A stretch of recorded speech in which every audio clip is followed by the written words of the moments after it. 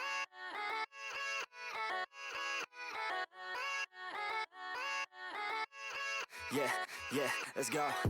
I ain't the first with the curse, with the thirst that I wanna be better, not worse, man it hurts. I'm on this earth with my words and I put them all together, insert, cause I wanna have worth. Working hella hard till they put me in the dirt.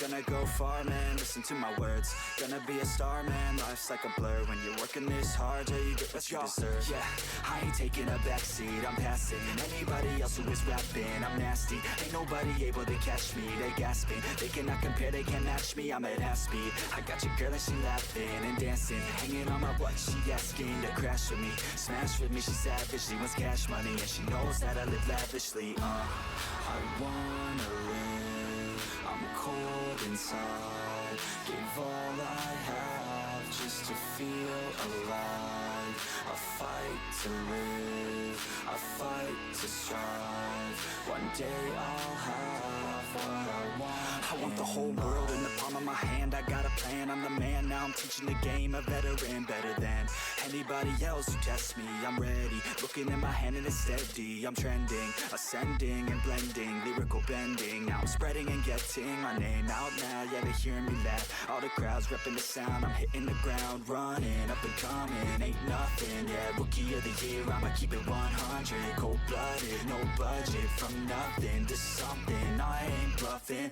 I got a full hand and a full plan, I ain't gonna stop till I'm at the top, man, every single drop got me feeling awesome, I'm about to pop, started from the bottom, yeah, I wanna live, I'm cold inside, give all I have just to feel alive, I fight to live, I fight to strive, one day I'll have what I want in life.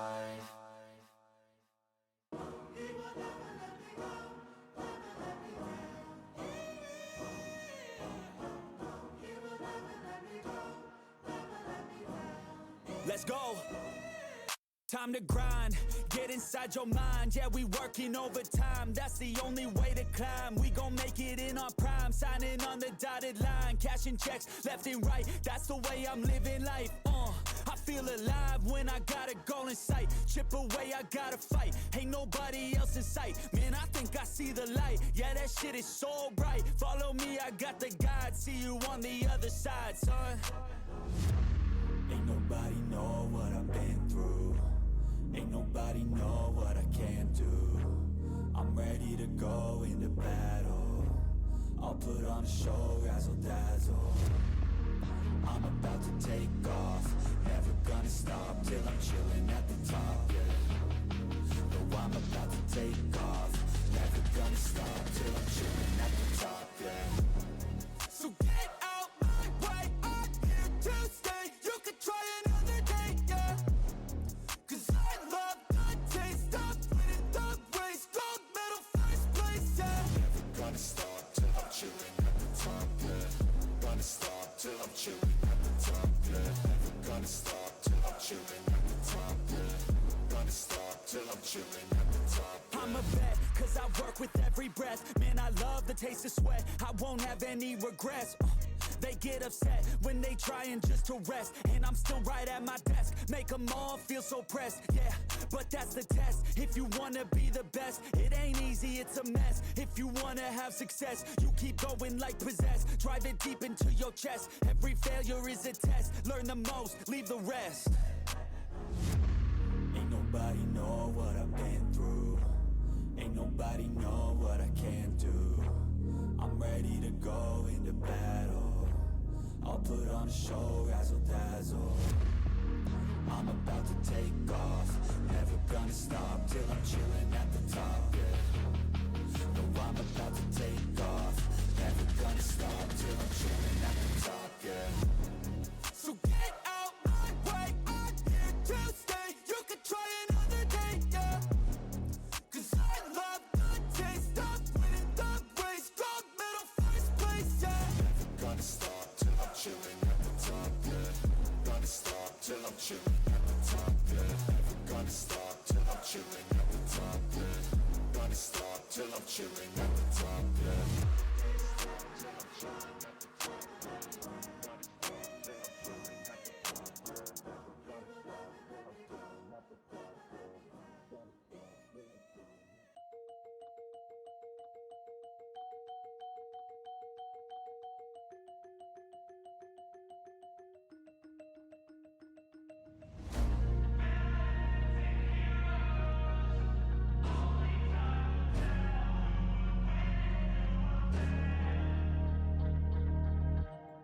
Bad things happen to good people.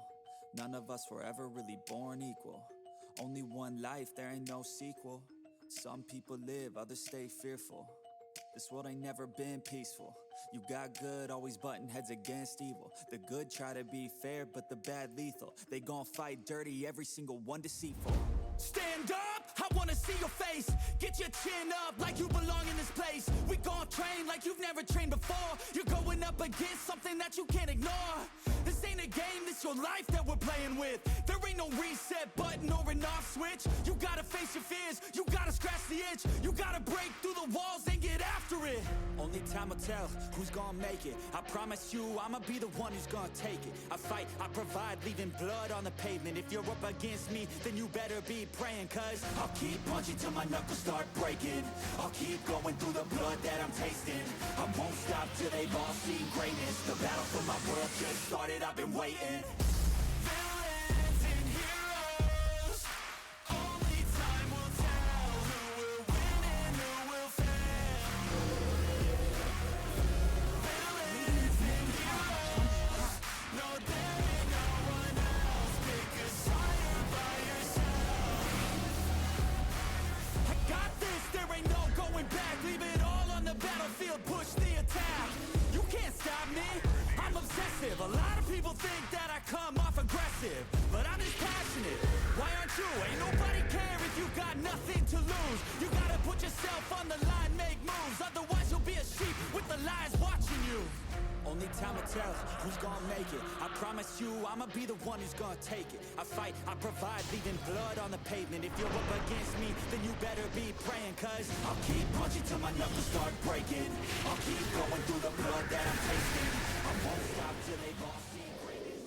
Welcome back, everyone, to the second game in this three-way Division 2 tiebreaker series here in the Irish Dota League Season 5. This matchup is between Ausgang and the Cavan champions. Ausgang, who just were beaten by the Cavan champions, need to win this one for their hopes to finish top of the division to stay alive, basically.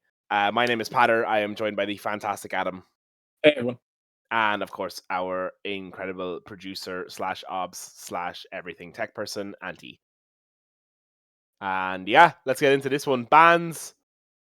Looking a little different. Ausgang don't want anything to do with the Dark Willow this game, despite the fact they played against a different team. I mean, Broccoli played so well last game, to be fair, really. Yeah, it was class. Yeah. It was class. And L plays a lot of Dark Willow, yeah, for sure. Yeah, a lot of Dark Willow. Sorry, did you say already, but just for anyone who I didn't see the last game, that Cavan champions won the last one? You said that, right? Yeah, that's also, that's on the intermission screen. Okay, yeah, true, yeah. Grand.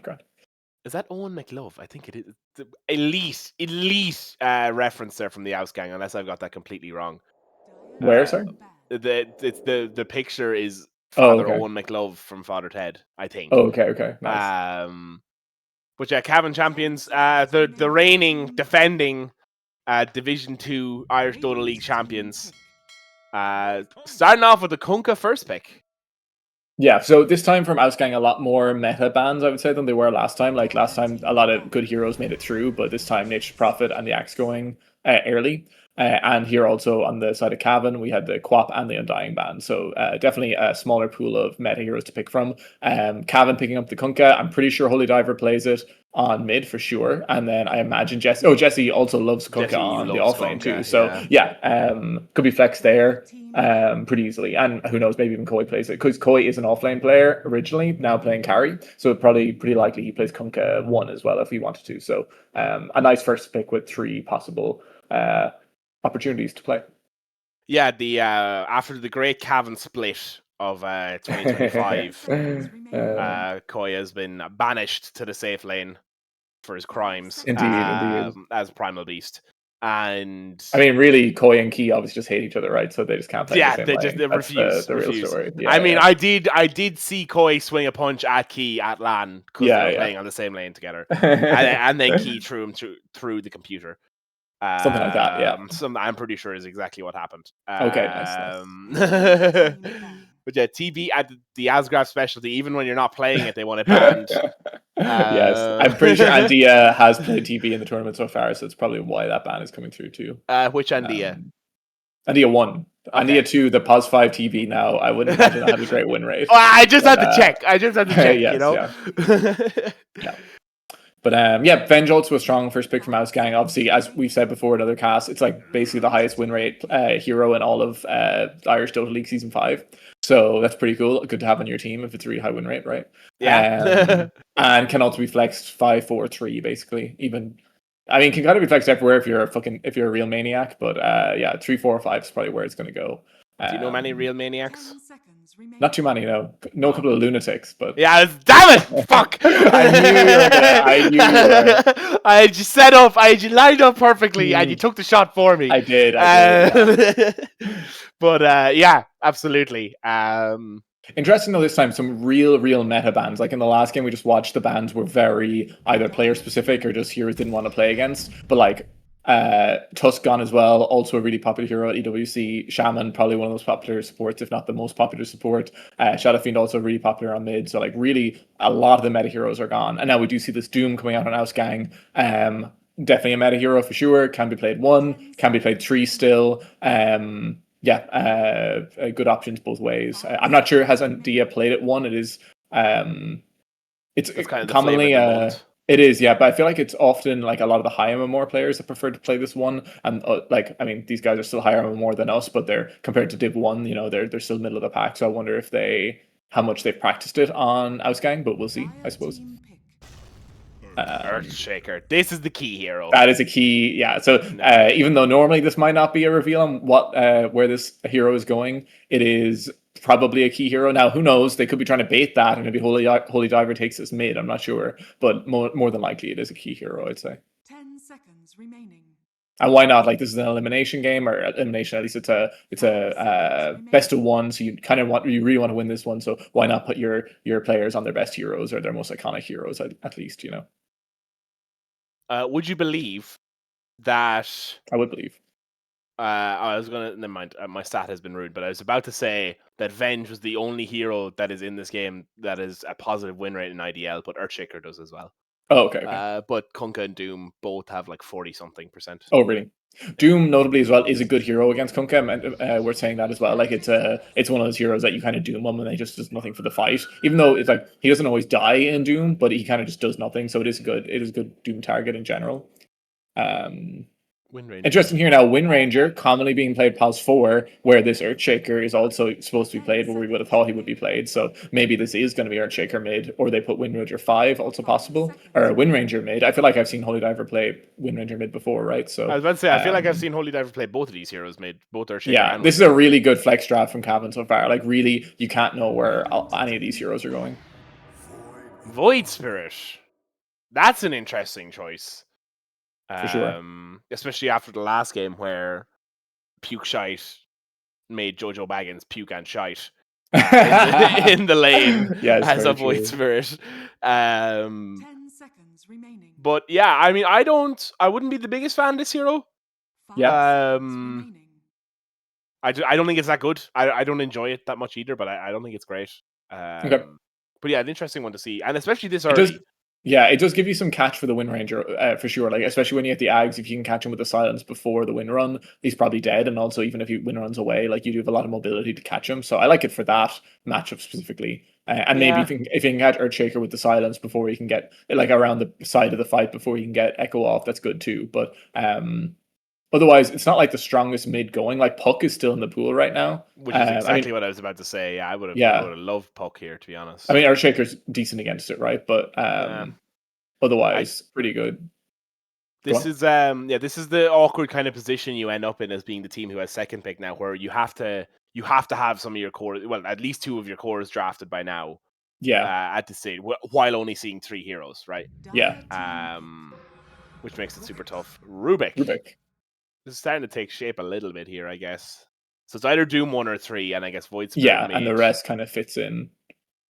We presume obviously this is going to be Avenge 5 probably, or 4, depending on where the Rubik goes as well for the lanes. But 10 seconds. Yeah, I mean Rubik obviously it's nice to get the Earthshaker spells, like the Fissure is always nice. The Wind Ranger power shot is also really good on Rubik, and the Shackle as well. So and Bolt obviously if you can get it is great as well.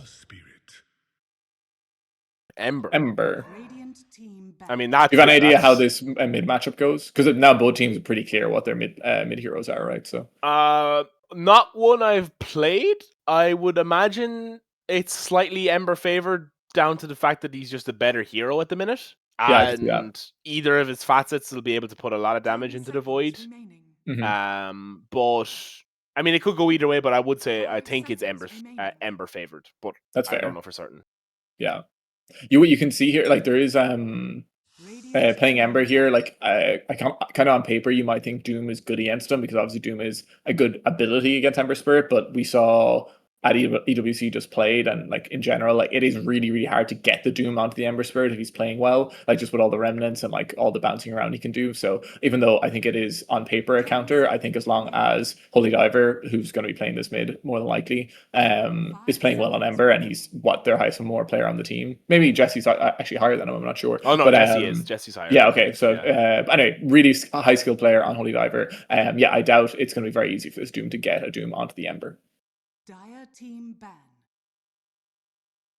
They banned the Huskar on Cavan, so obviously they're not 100% sure that this Void Spirit is going to be mid. I suppose, wasn't there a Void Spirit 3? Yes, our fucking offlaner wanted to play Void Spirit 3 for a while. Now that I think about it, actually, rest in peace, Enigma. He's not actually dead. He's in Australia. Myself and Taylor deduced it, both him and Flipper are dead, actually. Oh, okay. But yeah. Yeah, I was for a little while. I don't know. Again, I don't know how good it is, but I guess it's just a thing of they don't want to get cheese picked. Like an Ember mid, if they did decide to play it here, would destroy. Sorry, Huskar mid would absolutely destroy Ember mid if they brought it out here. Yeah, for sure. Yeah, I mean, they just want to secure Holy Diver's game, right? It'd be a good Huskar game in general, right? I feel like. I don't yeah, know. Does kill shot go through it? Is my only question. Is that maybe the kill shot is good against it? Because like I don't know if the magic resist. Like so you could pick him off on low HP, but otherwise I suppose it is a decently good. I think kill shot works the same way as Axe Cull. Where okay, yeah, it's just like a certain threshold and they die. Wraith King, okay. round Another 2. Wraith King, yeah. This so one we I imagine believe it's is a Koi. Yeah. Koi. I've seen him play this in. I don't know. I think it was in IDL, but definitely in pubs as well. I'm probably like it makes sense. Like one of his potential. I think I remember him saying how he was playing it offlane a lot before he moved to carry. So kind of an easy transition for him to go from the Wraith King offlane to Wraith King carry. You know. So yeah. What are we looking at here for the last pick? I guess carry. I feel like you need a different carry than the Doom here, especially into the Wraith King. Like you can't Doom him twice. Like you need a hero who can kill this Wraith King twice, and they don't really have it on Ausgang right now. Yeah. Lifestealer is a good ban. Yeah, it would have been a good hero this game. Ursa's still there. Ursa is not bad for sure. I wouldn't hate to see it. No, would have been a nice one for sure. I mean, they still have the option. They do. Jesus, sorry, I was looking at the bets in the chat there. Last game there was like maybe like 4,000 or 5,000 points bet already. Halfway through the draft, we're at 180,000. Jesus, people coming in for who? The ballers. Ausgang are leading it slightly. Okay. 20k points up, Weaver. 100k to 80k. Weaver last pick. Okay. I mean, Weaver. It is high. Okay, yeah, that makes sense. It's high damage, so it does give you a way to kill Wraith King. The only issue is, Earthshaker does give you a lot of jump for it if you can catch him, and then also the Kunkka if you don't have BKB, like gives you a way to catch it with the X and stuff as well. So I don't think it's the freest Weaver game by any means, but at least they did solve their damage issues. Because if they picked like a hero here, like that wasn't a high damage dealer, I think the Wraith King would have just had a free game. So, I think I'm definitely favoring Cavan's draft here more than Ausgang's, though. What do you think? Yeah, I agree. I think it's just a lot more straightforward as well in how they execute the fights. Like you're going to have Blink Dagger on Koi. Ember Spirit's just going to be able to remnant in. You have the Blink Dagger with Key and Jesse. Just the damage will be there with the team fight following the setup.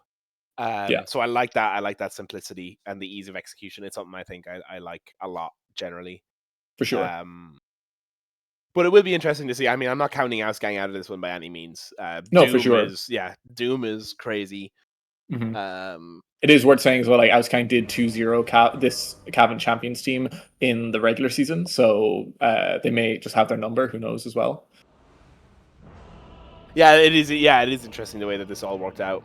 But yeah, level 26 on the Kunkka. Yeah. 149 to 92 all time. Wow, That's fucking that's a win rate. crazy. If you're just joining us, this is the Irish Dota League. This is the Division 2 tiebreaker playoffs between the Cavan champions, the Cavan champions, and Ausgang. If you're not involved, we'd love to get you involved. Join the Discord. Adder will get you involved. I will get you involved, whether you fucking like it or not. Yeah, if you want to be involved, IrishDotaLeague.com to look at all the fixtures, statistics, and results, as well as get a link to the Discord. There is a link to the Discord down below this stream as well. If you want to take part in any of the in-houses, which the bot has been built by Key, who's in this in this game, which is quite fun. We're a good community that way. Or just general pub play, get involved in our next LAN, which I think is happening in Dublin in the not-too-distant future. And, of course, the Irish Dota League. But the smoke play being made by Ausgang, they are going to pop real early here. They're going to keep going, though. They get the stun out immediately. Lord Lukey D caught on the wrong side of the wall. They're going to keep the right clicks coming in here now. They are going to get the first blood on the champions. That's going to be a bit of a switch now, getting champions and champions again. Yeah, indeed. But, yeah, I mean... Honestly, Key read that one like a book, like playing here for the anti-smoke and then immediately cutting off the one hero that went up there. Really, really well played and read by Key there. Yeah, super well read, honestly.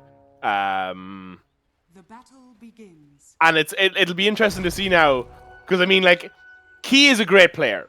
Key's a fantastic player, right? But especially in the early game, he's a little predictable. So, like, I'm looking forward to see this minute 2 to 6 rotation mid from Key, like he does every game, like he just G-warded at the start of the game, like he does every game as well. And I love seeing that impact that he's able to have across the game, even if it is kind of like following a script. He does it really well all the time. Yeah. We do. That is one thing about this. Even though I think we're both saying we kind of favor the champions draft here. This bottom lane is a double melee against a double range lane, and Urchik are not really known for his laning, so that could be something that might go in the favor of Ausgang here. Yeah, absolutely. And they kind of need all the help they can get here as well. I think they need to do well enough out of these lanes for sure, to really give themselves a good shot at going well into the I think game. this I'm not sure how much. The only thing is, like, we'll see, and plus this double minus armor combo with the Weaver and the Avenge could be pretty strong against the Kunkka and the Earthshaker as well, so that'll be interesting to see. It will be interesting to see, is right. Which yeah, early on, and I mean, we're seeing, like, Holy Diver in general, he's a terrorist to play against. He's really, really good on the mid lane. I don't know how long he's been playing it, but yeah, he's really, really good on the mid lane, and did get the nickname of the Div 2 terrorist a few years back for what he did to some of the poor mid laners that he had to go up against. But of course, if you're me, you just solo kill him every lane you play against him. But yeah, it is interesting seeing the fact that he's already kind of asserting that dominance on the lane this early on. Yeah, I mean, you said that, right? That it's Ember is supposed to be favored here, and he's definitely showing that. Yeah, 100%. I mean, look at this. Like, yeah, nice barrier, bro. I want to say as well, it's nice that they have Andia 2 on this Venge this game compared to the Undying last game, because it really felt like as the game went on last game, it was just so hard for the Undying to have impact. Not like just the way the hero was, but I think this game, the Venge should have good impact the entire game, so a bit more opportunity for Andia 2 to make impact, I think. And say that 5 times fast. I know. Andia 2 to make Should call him Induya, I think, instead. Anduya and Andia. Yeah. Or just, have different names. Yeah, that's also allowed. I mean, the lane is very consistent, they have a brand to keep up, and that is a solo kill. And that is the solo kill onto Pukeshide from Holy Diver.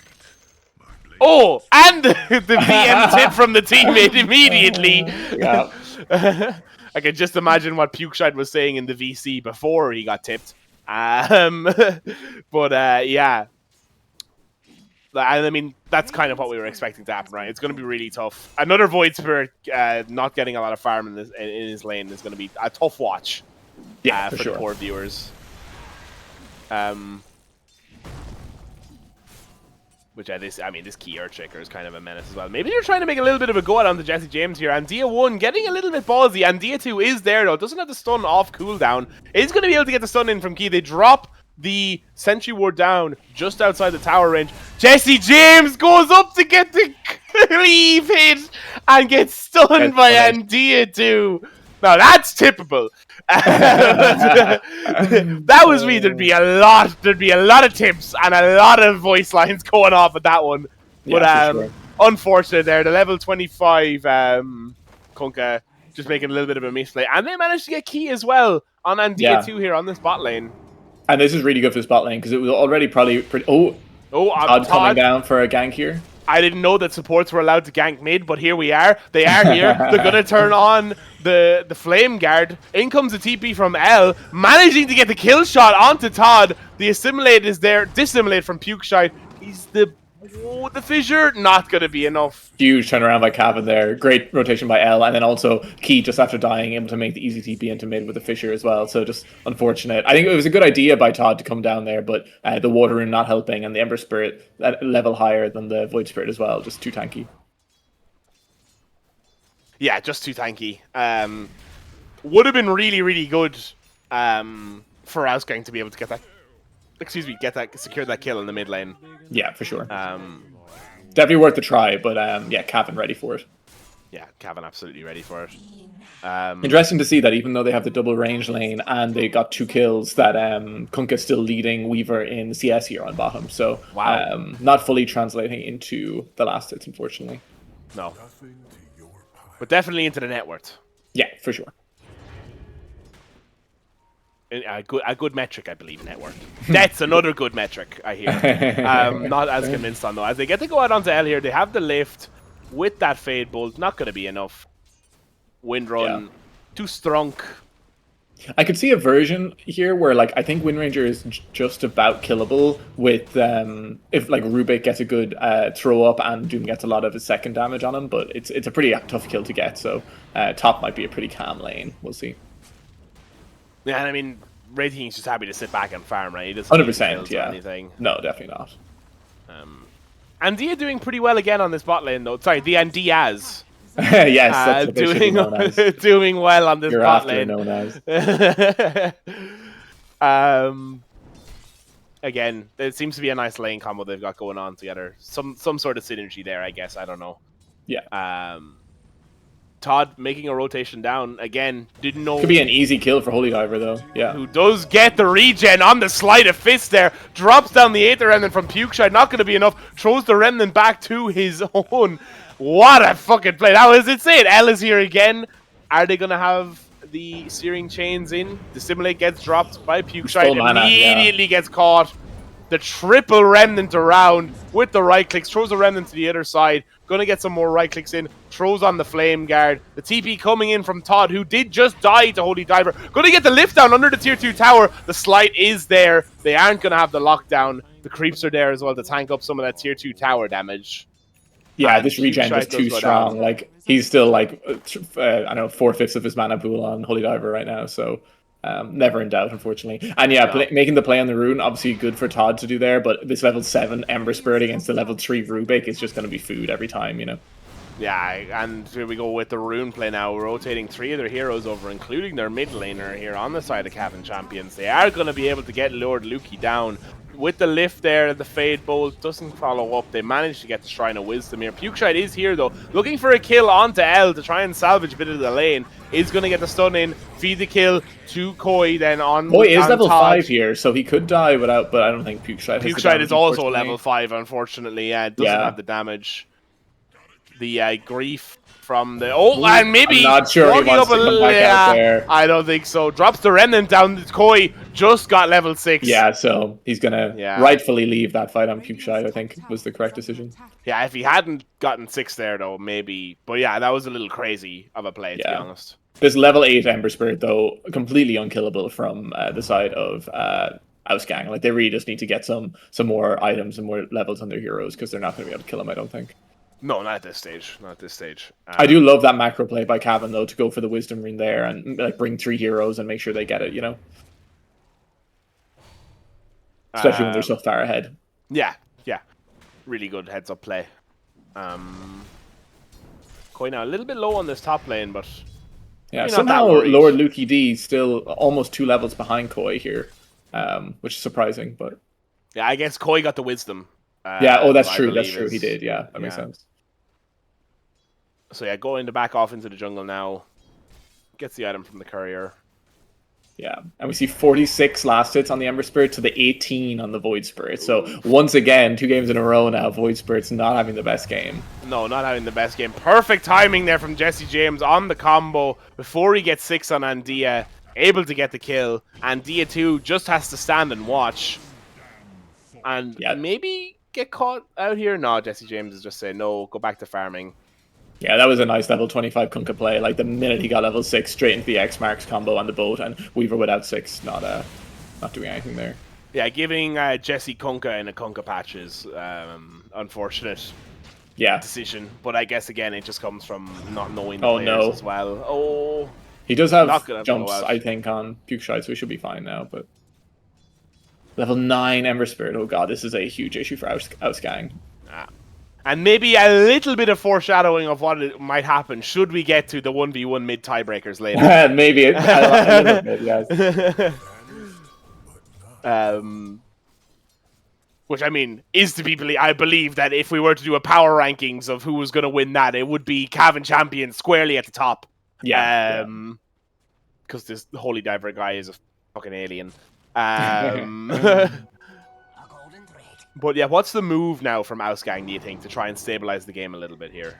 I mean, they can't do much with Doom or Weaver until they get some more items. Like when they get Doom 6, they could try and make a sneaky play on someone. I don't even think the Ember is really a good target. Like he'll take too long, but you could try pick off like L on Wind Ranger or Key or something with the Doom and just like get some momentum that way, you know. Oh, nice stun coming in there from Andia too, managing to mitigate a little bit of that combo there. Doesn't get caught up by the Torrent. The swap, not going to be enough. The barrier just isn't there. With the right click plus the enchant totem cast from Key, going to be able to get him down. Puke Shite, yeah, I mean, he can do nothing, man. He comes up, he gets Searing Chains, and loses half his HP. Yeah. Weaver seems pretty happy to leave bottom lane, so they'll probably take this tower pretty soon on Cavan, and then maybe, maybe they can farm this creep wave coming in on bot a little bit easier, but for now, it's really hard all over the map for Ausgang. Weaver doesn't feel safe on the Kunkka lane. Pops the DD lane on this mid lane. Holy Diver is getting low though. If there is a rotate, doesn't have the mana. Pops the Blade Mail on the Ember Spirit. He's going to go down to Todd, who comes in with the Fade Bolt from the side. Honestly, you're probably pretty happy with that. I mean, Puke Shite's raging that he's not there. He's not there for the XP, but apart from that, that's huge. Yeah, who got the end kill? Todd did. Okay, Todd did. Early Blink Dagger maybe, I don't know, but yeah, no, that's a huge kill. And just to end the momentum on the Ember Spirit, you know, Holy Diver maybe slightly overplaying his hand with low HP there. Yeah, I think I suppose he thought he'd be okay with the Blade Mail, that it would do enough, but he just got himself a little bit low on the mana. Yeah, and nice to see Venge with the TP there. Oh, an immediate TP in from Puke Shite. They have the Remnant there to go onto this Vengeful Spirit in the side. What a swap from Andia too. They managed to get the kill using the Vengeful Spirit, the Scream or whatever it's called. That was a brilliant swap though, forcing out the Earthshaker ultimate, the Echo Slam going down there. Todd trying to make the back off here, throws in the Fade Bolt again. Is able to make the back off. Lord Lukey D is here, but not really looking to make much effect here. No. Holy Diver, and they all have to run from Holy Diver. They can't really contest them. Great rotation by Jesse though there as well, realizing like he just comes in, pops the Void Spirit. Like he's really used both off cooldown this game. Like he's just gotten a kill every time it's up. So really well played so far. Yeah, we see Doom is going for the Midas, so questionable maybe in a game like this when you're so far behind so early if you're going to get much value out of it, but a lot of Dooms do go this build, so. Yeah, they do, to be fair. But yeah, it's a tough one. I mean, there's already a 5k lead for the champions here at 12 minutes. Yeah. So they're looking, do they have swap up? They do, so this...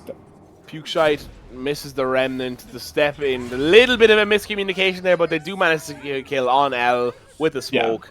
Little bit of momentum there, maybe can make a push on this tower. Yeah, every kill is good for them right now, for sure. They did bring all 5 heroes, so that is not good, and there are waves pushing in at both towers, so it does feel like they're losing a bit of net worth here, but yeah, as He long just as popped a solo smoke. Echo Sorry. is how long? 30 seconds on Echo. Oh, he just got Blink Dagger, okay, so maybe trying to make a play with that.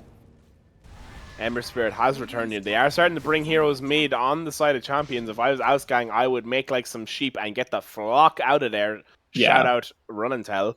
Yeah, we've got waves pushing in on both towers for Radiant here, so get some heroes on those lanes, get some farm on them.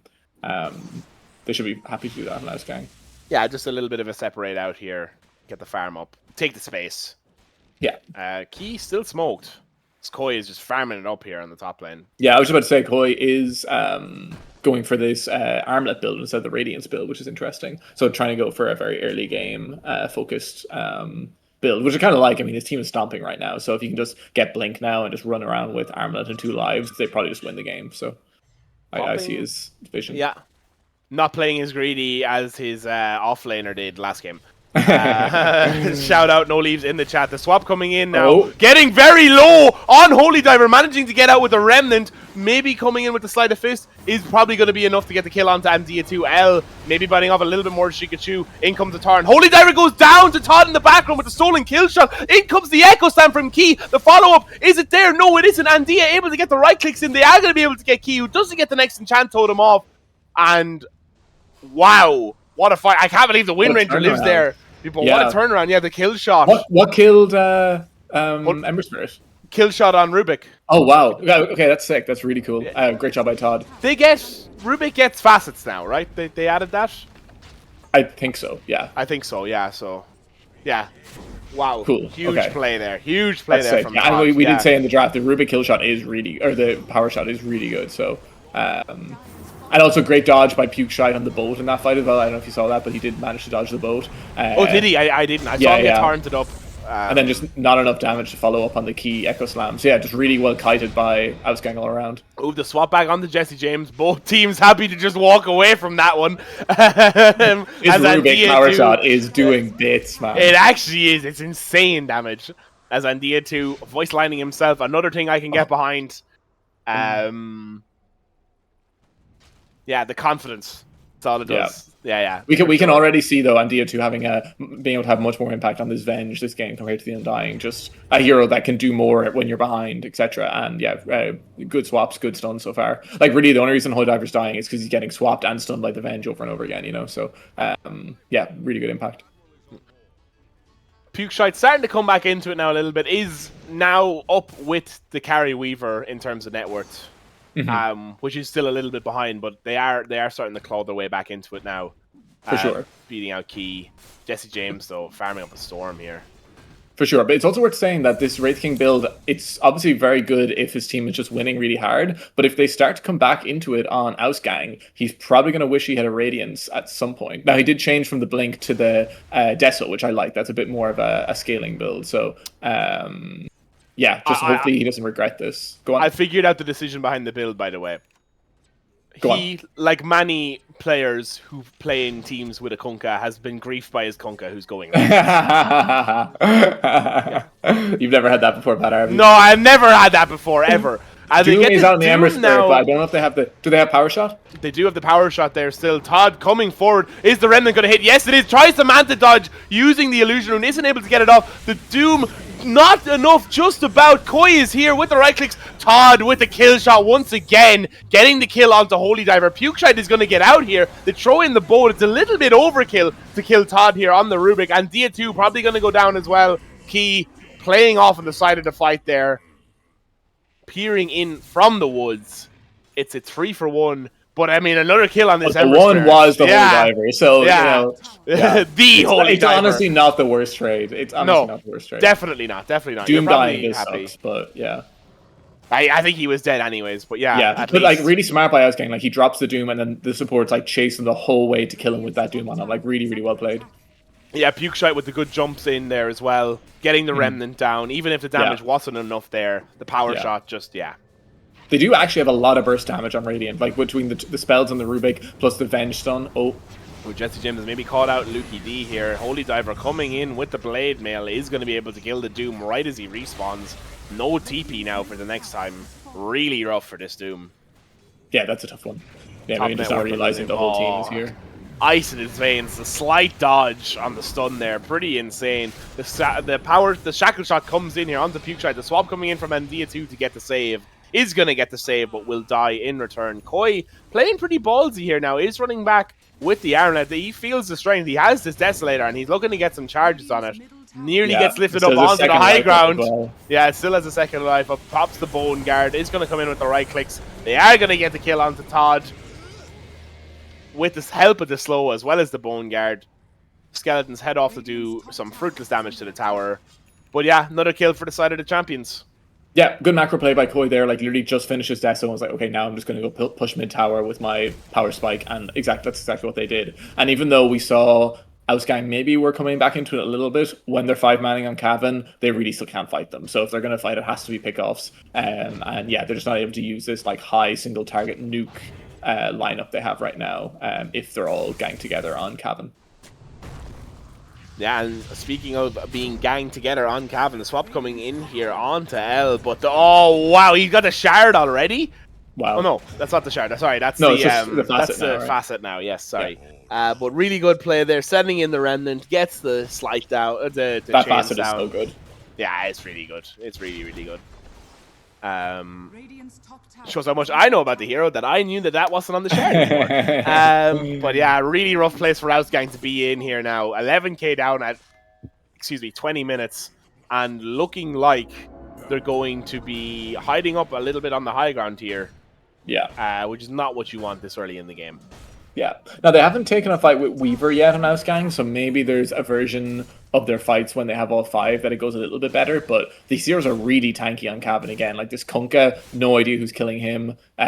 Koi, no idea who's killing him, really. Like, they kind of probably have enough burst damage to kill one of these heroes, and then the other 2 will clean them up, you know? So, yeah, it's a tough 5v5 for Ausgang right now. The Holy Diver has another Arcane Rune. Isn't going to spot out the Void Spirit there, who is going to get back to base after going to the Secret Shop. But yeah, smoke play now from Cavan.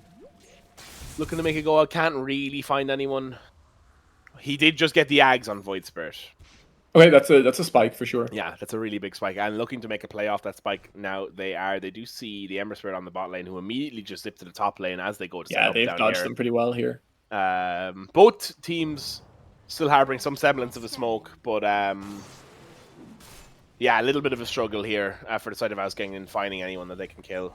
Yeah, there's lots of creeps on waves though for Ausgang right now, so they'd be happy to just pick those up.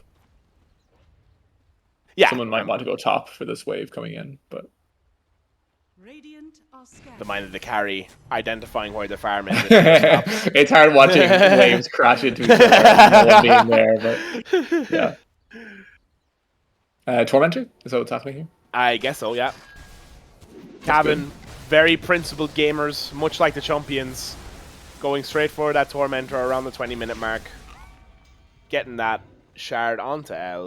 Yeah, really good shard actually on Wind Ranger. I felt this shard, the impact of this shard a lot more recently. So good. So good. Yeah, really strong. And did they change it recently? Am I crazy? No, I just feel like it's I just feel like we're seeing more Wind Ranger maybe, yeah. Oh. Anna edging the portal here, not realizing that you can send your courier through it. Which Worth saying they probably have a pretty easy Roche with this Deso on the Wraith King as well. So if they want to take that after the next fight, Cavan will probably elect to do that, I'd say. Yeah, and I mean, like I was saying before, they're principled enough in how they do these things. You know, they take the tier 2s, then they go on. Well, after they take your jungle, then they take the tier 2s, then they take Roche, and then they take your high ground. Yeah, they've been doing this since we landed into this community, which is scarily nearly 3 years ago now. It's 2 years or something just got by, which is crazy. But yeah, in comes the Echo Slam follow-up from the Koi jump in with the Blink Dagger. Do they have the damage here? It doesn't seem like they do. Yes, they do. They managed to get him down in the end, but they commit quite a lot for that. In comes the bolt onto Todd, who is going to go down. Anna getting killed by Todd as well. They are going to get Holy Diver and all this. Andia 2 and Andia are the only ones left standing. Andia 2 having that Ags up, which is a really big this early in the game. Which I think that is a great pickup. Honestly, I feel like that was the fight for them there. It's felt like Cavan had used so much of their spells and hadn't really gotten anything for it yet, and it just wasn't really the turnaround there for Ausgang. Yeah, for sure. I think Doom might have come in and used the Infernal Blade on a creep instead of a hero, maybe by accident, just like a misclick, unfortunately. Ah. Okay. Oh yeah. Okay. On illusions. There you go. So that was a bit of unfortunate, but I mean, killing Holy Diver is still good. Good that they got the Doom off in general. And Void Spirit wasn't that far away from living there. Like, he almost kind of lived through that burst, so maybe next time.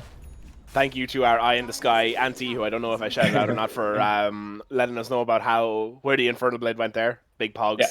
Great caster. I can't see him with the smiley face, but I know he just drew one. But yeah, looking to make a smoke play out now. Our Ausgang, they realize that the big ults are down on the side of the champions here. Pukeshite is going to get popped after picking up that shield rune. Holy Diver doesn't give a shite about your shield rune and is going to run straight at him. Isn't going to be able to maybe find it's him. something to play off though. Like, a shield rune is pretty impactful here. Like, this could be a way for them to take a fight. Yeah, especially on the Void Spirit, who can keep rebuilding that all damage barrier, right? Yeah. Weaver's very close to Lincoln. It seems like he's probably going to try to buy it now. Yeah, what's the big Lincoln's avoiding here? Is it just for the stun on the Wraith King? Yeah, I mean, it's good against Kunkka X as well, I suppose. Yeah, I suppose Kunkka X, Wind Ranger Shackle Shot. Hard to, like, 100% support. Like, you might also go with the logic this game that, like, okay, you need to be the damage for your team. Maybe you needed to go a damage item like earlier before the Lincolns, but I'm sure he'll finish me on here or go for like a Lance or something next. So, or a Deso, I'm not sure, but yeah. Still, Lincoln's still a good power spike. Should do some work in these fights. Yeah, I get it's one of those tough scenarios as a carry player where you need to be the damage dealer, but also. Oh, nice delay there from Jesse James on popping the Tarn and the Ghost Ship combo. The damage is coming in, but the barrier is there with the 2 steps, and the swap is able to get out there on Pukeshite using that shield rune. Koi getting low here now on the first life. They did manage to catch out Todd with the Torrent as well as the X-Mark. Koi goes down once, the slow is there, and a huge AoE. They do it's a good Doom onto Jesse, Kunkka. He's a huge Echo Slam onto Andia, who does manage to get the ultimate off there. The stolen fissure coming in there, managing to stun loads. They do manage to get Kunkka in the backline. Key getting quite low. Andia 1 coming back in here now. Andia 2's Ghost getting right-click down there, following up with a tip onto Key. I'm not sure what that's about. Sure. I think the Echo Slam was sick. That was a really good key. Yeah. And I actually think it would have been a good fight for Ausgang without that. Like, Void Spirit was ready to come in and kill the Kunkka, and then Koi almost died there too. Like, that was a fight-saving Echo Slam from Key for sure. Really well played. Yeah, really well played. And good decision by Doom to pick the Kunkka for the Doom though. Then like it was kind of tough because you could tell he wanted it for the Ember, but then before he died, he threw it on the Kunkka. But I think it was the right call. Like, he actually does die pretty easily in Doom with any other damage. So without the Echo, that actually could have been a winning fight for Ausgang, I think. Yeah, it has to be said, Ausgang, despite the fact they have had pretty significant goal leads against them, they have been team fighting around that really well across both of these series here. Yeah, and I really do think Andia 2 on the bench having a really good game this time. Ooh, as El managing to catch out with the shackle shot, Andia 2, but he's going to have the backup of Andia 1 and Pukeshite there. Absolutely. Do get the kill. No Andia left behind, Paddy. No Andia left behind ever. Oh man, this is fun. I like the same name actually. You know, I didn't like it at first, but I like it now. But what was I going to say? The Ags and Void Spirit coming in handy there. Maybe one of the best heroes on Cavan that it's good against is the Wind Ranger, so she can't Wind Run away, along with the Ember, obviously. But the it's a good counter there, so getting some use out of that. Yeah, they're looking a little here, I think. Yeah, probably. I mean, they have the last of the tier 2s now. This is the next on the tick list for Cavan. Do you think you put it on Ember here, or you put it on the Kunkka? Ember probably. I think he's more likely the Doom target. So yeah. It does make Doom a lot tougher here. Like we always Kunkka is Lincoln, so yeah, you get. Okay, yeah, that's fine. Ember. Yeah, for sure. That is the issue. Like, Roche becomes even more valuable against these lineups where you have like one big ability, like high cooldown ability. You know, same with the Chronosphere and stuff like that. So as hard as it was for Doom to have impact already, just to get it on the Ember or whatever, it's even tougher now when he's Aegis. Yeah, really tough. This Weaver, though, starting to crawl up the net worth a little bit, like not that far away from the Ember. He's going BKB next, so still not a damage item, but I don't like that build. Yeah. Yeah, it's very defensive in a game where they need damage. But, you know, if he gets through it, if he lives a fight because of it, and then he can buy his next damage item, it might work out. Who knows? It might work out, yeah, that's true. I suppose when you're this far behind, you need all the defensive items that you can get.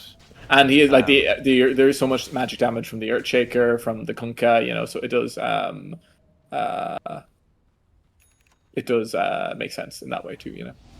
Yeah, all 3 lanes pushing in now. They've taken control on the triangle. Jesse James is going to get caught out by the Remnant. Would swap back on the Koi. They don't really have the follow-up, or yes, they do. There's a huge Echo Slam there, and Key takes it immediately. They get the Doom drop down. In comes the boat. They're going to get the stun onto Lord Luki D. They're all stunned in the middle of it, though. Key and Koi both getting quite low here. Koi on his second life, but Holy Diver is just able to jump into that back, and he's on full HP, full mana. He's able to keep going. He has the Ags up on this Ember Spirit, and Dia now getting the right clicks in is going to keep throwing them. The Aether Remnant just manages to hit, nearly gets them into the base. Not going to be enough. Pukeshite is standing here. Holy Diver doesn't give a shit where they're standing. He has Aegis. He has his Blade Mail. He's just going to stand here and fight. Is he going to be able to get the kill onto Pukeshite? Yes, he is. And Dia, he is going to be able to get the kill onto him. Not able to dodge it enough with the slight, but 4 heroes dead on the side of Ausgang now. The rest of Cavan finally decide to come back on that side of the tier 3 tower. But yeah, wow. Just an incredible show of strength there from Cavan. Yeah, just their net worth really showing in the last fight. And I feel like those two, if Rubik had the power shot in the last fight, I feel like there would have been easy 2 snipes in that middle area where the Earthshaker echoed and there was like 2 low heroes. But and also really good blink by the Doom. Like he actually got the Doom on the Kunkka with the Lincolns even, but just not enough damage to follow up. Yeah, I was about to ask on who he got that because I didn't see that in all of that. That's the swap. He did get it on the Kunkka. Goes down. Nice. Yeah, I didn't see it. Gets the swap back onto Holy Diver, who is Aegisless now. The Ghost of Andia 2 is able to stand around here. They manage to catch out Andia 1 though in the meantime, who does get the time lapse back, does get hit by the boat. In jumps the Doom. They both get caught out by the Sleight of Chains here now, surrounded by the Cavan champions. In comes the Dissimulate. Andia 1 running through here, but does get seen by the Vision. Doesn't have the time lapse anymore, is going to go down, does have buyback, doesn't really want to use it. Andia 2 throws in that stun there, managing to hit Koi after hitting the Lincolns at Jesse James. Are they going to try and make the go out here? The Cavan champions making the retreat, and Dia 2 with that ulti up, not able to catch anyone to get the swap back. Yeah, I mean, they only lost 1 set of racks, so like this is still playable, but the minute Weaver goes down, there's no damage on Ausgang, so they really have to like make sure the Weaver stays alive. They just need that little bit extra damage. Like every fight, there's like 3 heroes that are on like 400 HP that if they had just a tiny bit more, they could kill them. So like the guts are potentially there, but it's really hard. Yeah, I mean they're just fighting into such a big goal deficit. It's so tough. Yeah, great swaps by Andia too as well. Like he's making the plays you need to try and make comebacks in these games, but the damage just isn't quite there yet. Yeah, if Rubik could get power shot again, I honestly think that is actually huge for them. Like just the damage throwing in like 2 or 3 of those in a fight is really big.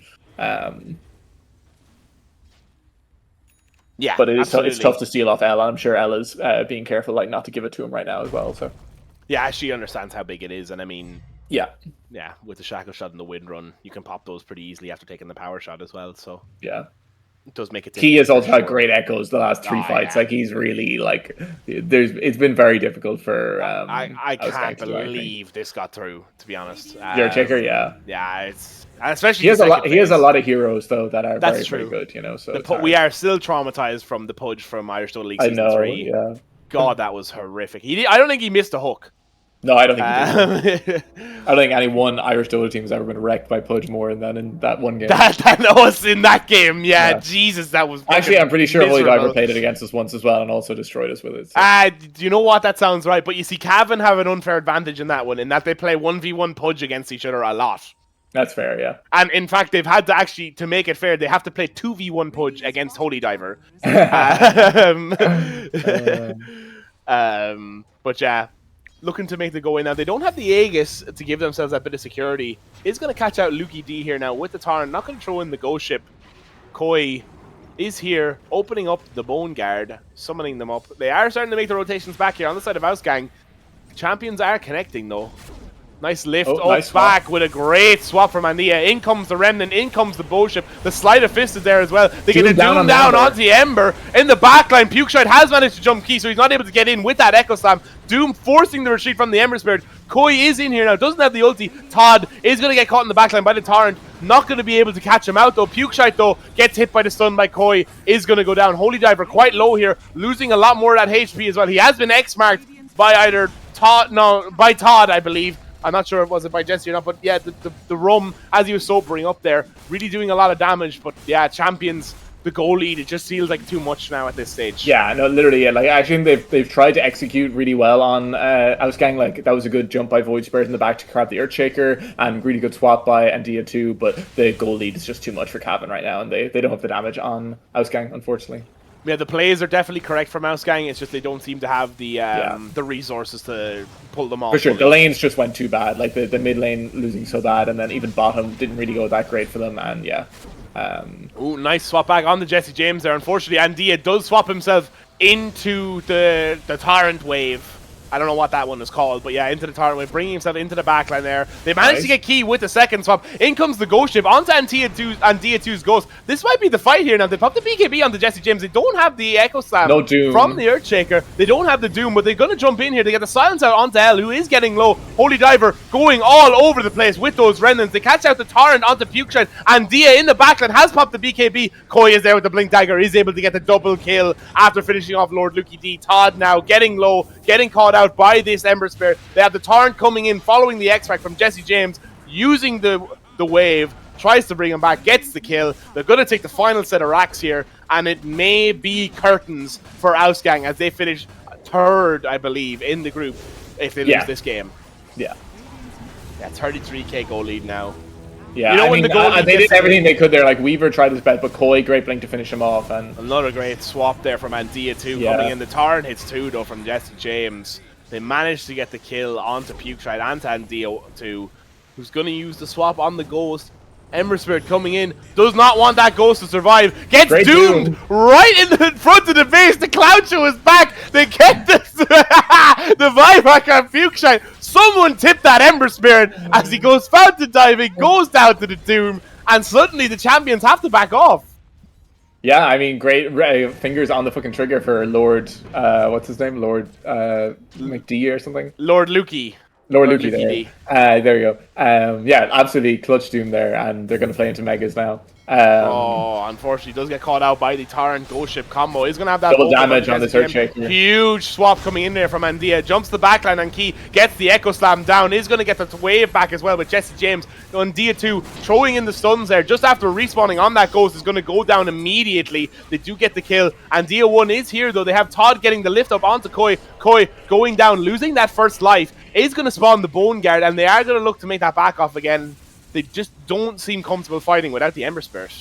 Yeah, I mean, why not? Why they don't need to, right? And Ember, like with the Ags in the last fight, was doing absolute bits. So I don't blame them that's either. Fair. Maybe I might have spoken too quickly here. They are looking to make the go out here after a little bit of a reset. Jesse James, he's just so hard to kill without the Doom. Something pops to Lincoln's. Koi jumping straight on the backline, and Dia2 again with the huge swap save. Unfortunately gets reflected back by the Lotus Orb with the wave, bringing them right in the middle here. Using the time lapse, and Dia1 is able to get out here as the Ancient becomes exposed, and the Division 2 Position 1 hopes seem to fade away from the Ausgang. The Ancient's exposed, the Doom goes down, so does Andia on the carry. The Ancients is at half HP. They are going to be throwing in the right clicks here and just looking to finish it. Lord Lucky D comes out with the BKB, but it's not enough. The Champions win. The Ausgang finishes third, and we have a 1v1 Cavan Bowl for the first position of the Division 2A title this year. We do, and I mean, so now the winner of the next game will decide the winner of the group, which is super hype. And yeah, that game, unfortunately, I think Ausgang played really well. I think they even played better than the first game against the Champions, but it was just unfortunate the lanes went so badly, and they never had the goals really to capitalize on their play. I think honestly, it's as simple as that. The draft maybe would have worked if the lanes went better. I mean, you could draft to lane better, I suppose, is one of the options. But yeah, the Jesse James Kunkka kind of like was just really strong from the beginning, like really tanky the entire game and got really far ahead. And I think the heroes were just really tanky on Cavan champions. But yeah, it'd be interesting to see now Cavan champions v champions. No two teams know each other better than what is going to come up next, and they probably both like some of the same heroes as well. So I would imagine there's going to be a bit of battling over who can play what as well. So it'll be pretty hyped to see, I think. Yeah, this is going to be a pretty big battle straight away from the draft because, as you said, these teams just know each other so well. They know exactly what heroes they're going to be looking at getting. I imagine they've scrimmed each other a decent amount as well in preparation for this league. And yeah, I'm really, really excited to see this one coming up next. Me too. Yeah, and with that in mind, we'd like to thank everyone for joining us for this game. Great game as well. Unfortunate for Ausgang, who did put up, I feel like, a better fight than the scoreline tells the tale. I agree. Yeah. Like the last 20 minutes, like they made all the plays they needed to come back. They just unfortunately didn't have the goal to make it happen. But they did play their hearts out in the last 20 minutes for sure. Yeah, 100%. And in the first game as well, it was a similar thing of making the right plays, but they just didn't have the resources to manage to convert them. Which Ausgang finished third of Division 2A, I believe they are. B, I think these guys are. 2B. They finished third in Division 2B. I'm not sure what the implications are for that. I believe they'll be facing the second place finishers of 2A in the first round of the playoffs. I'm not quite sure. Yeah, that's what that is. Yeah, we'll see the bracket for that unveiled in a little bit. But yeah, don't go away, anyone. We have the hypest series of this tiebreakers coming, the Cavan Bowl. We've seen it once already. We're going to see it again, and we can't wait. We'll see you after the break.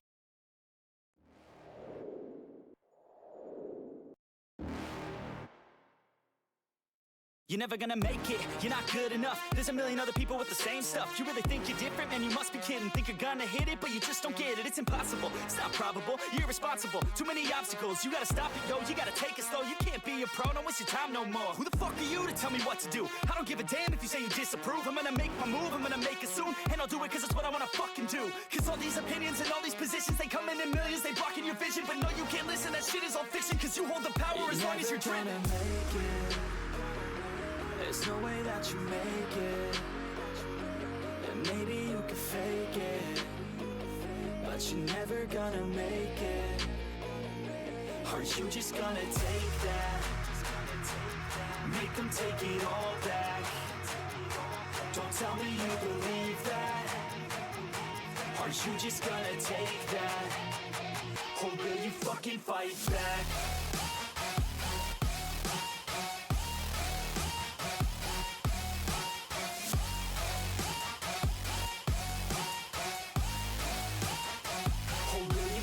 Fight back.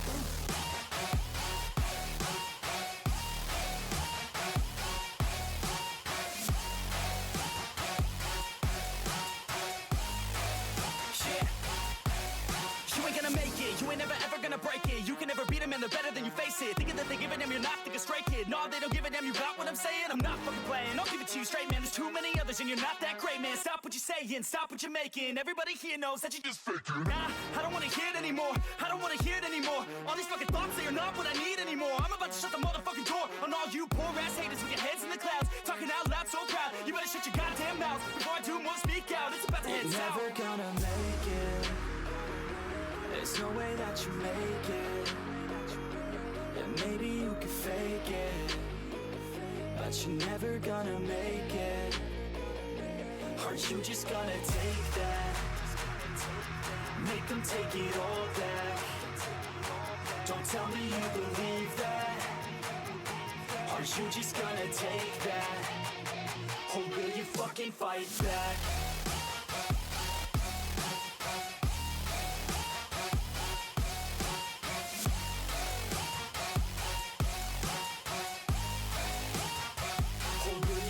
Fight back.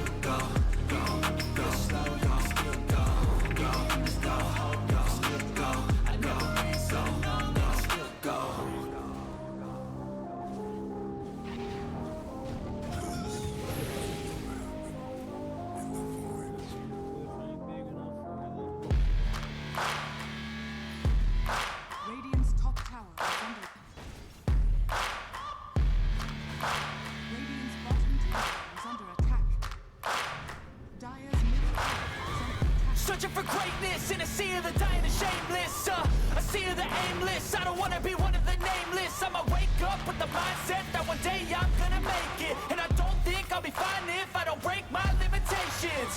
Don't try to stop me, I exist to write my own story. I'll make a decision if I want some peace or if I want the glory. Yeah, don't want a life that is complacent or possibly boring. I just want a life that is worth every day exploring.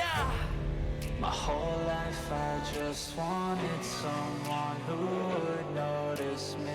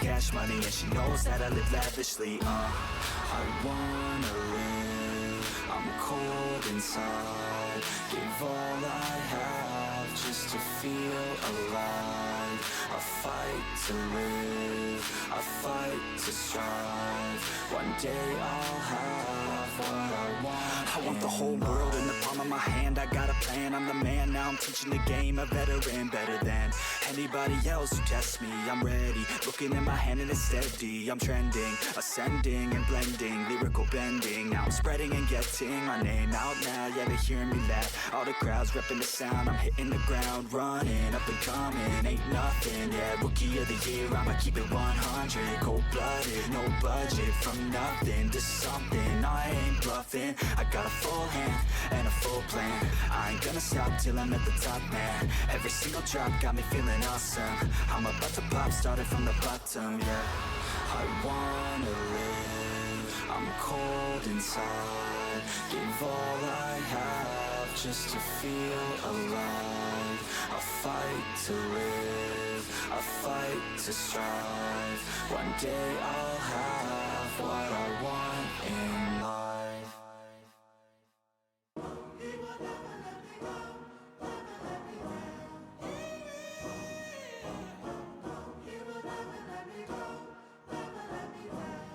Let's go. Time to grind, get inside your mind. Yeah, we working overtime, that's the only way to climb. We gon' make it in our prime, signing on the dotted line. Cashing checks left and right, that's the way I'm living life. I feel alive when I got a goal in sight. Chip away, I gotta fight, ain't nobody else in sight. Man, I think I see the light, yeah, that shit is so bright. Follow me, I got the guide, see you on the other side, son. Ain't nobody know what I've been through. Ain't nobody know what I can do. I'm ready to go into battle. I'll put on a show, razzle dazzle. I'm about to take off, never gonna stop till I'm chilling at the top, yeah. No, I'm about to take off, never gonna stop till I'm chilling at the top, yeah. So get out my way, I'm here to stay. You could try another day, yeah.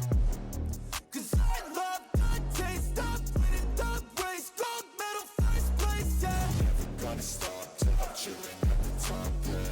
Gonna stop till I'm chilling at the top, yeah. Never gonna stop till I'm chilling at the top, yeah. Gonna stop till I'm chilling at the top, yeah. I'm a vet, cause I work with every breath. Man, I love the taste of sweat, I won't have any regrets.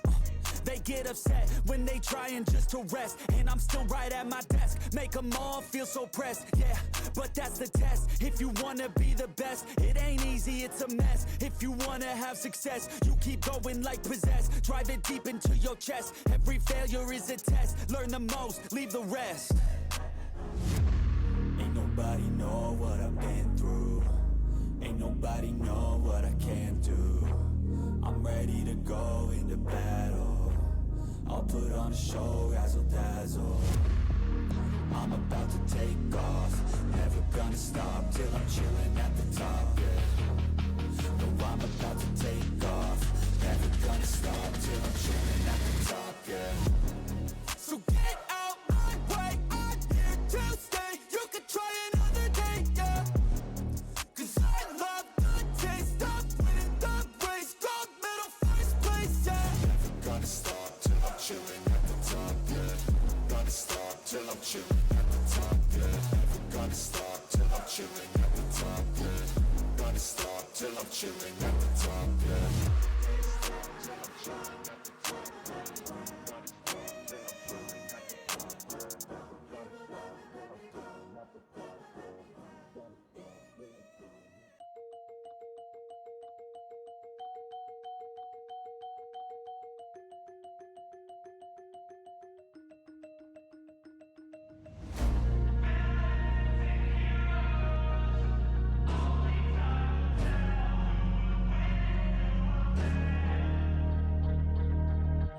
Bad things happen to good people.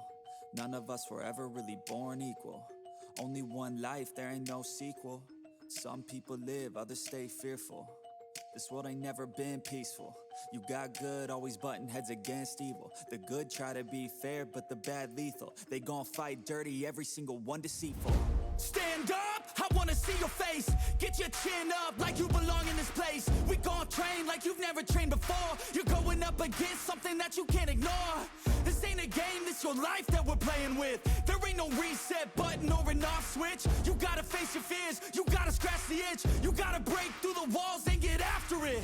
Only time will tell who's gonna make it. I promise you, I'ma be the one who's gonna take it. I fight, I provide, leaving blood on the pavement. If you're up against me, then you better be praying. Cause I'll keep punching till my knuckles start breaking.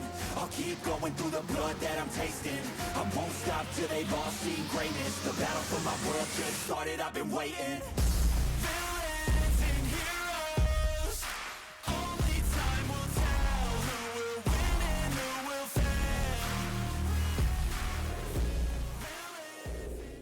fail. Welcome back, everyone, to the Irish Dota League Season 5. This is the first place tiebreaker match, and it is a big one. The Cavan Bowl in Division 2. Cavan champions versus Cavan champions. And on the day that the Premier County banished the Rebels back down to Cork in the All-Ireland Hurling Final, will the champions be looking to do the same thing to send the champions off up the road in Cavan to the same pub that they all go to every week? My name is Patter. I'm joined on this one by the fantastic Adam.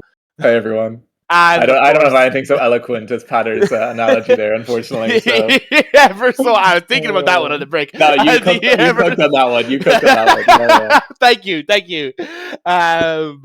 And of course, they ever so had some anti-odd production. We are going to get straight into this one. These teams know each other like no one else in Irish Dota, and immediately we're seeing that being put into effect.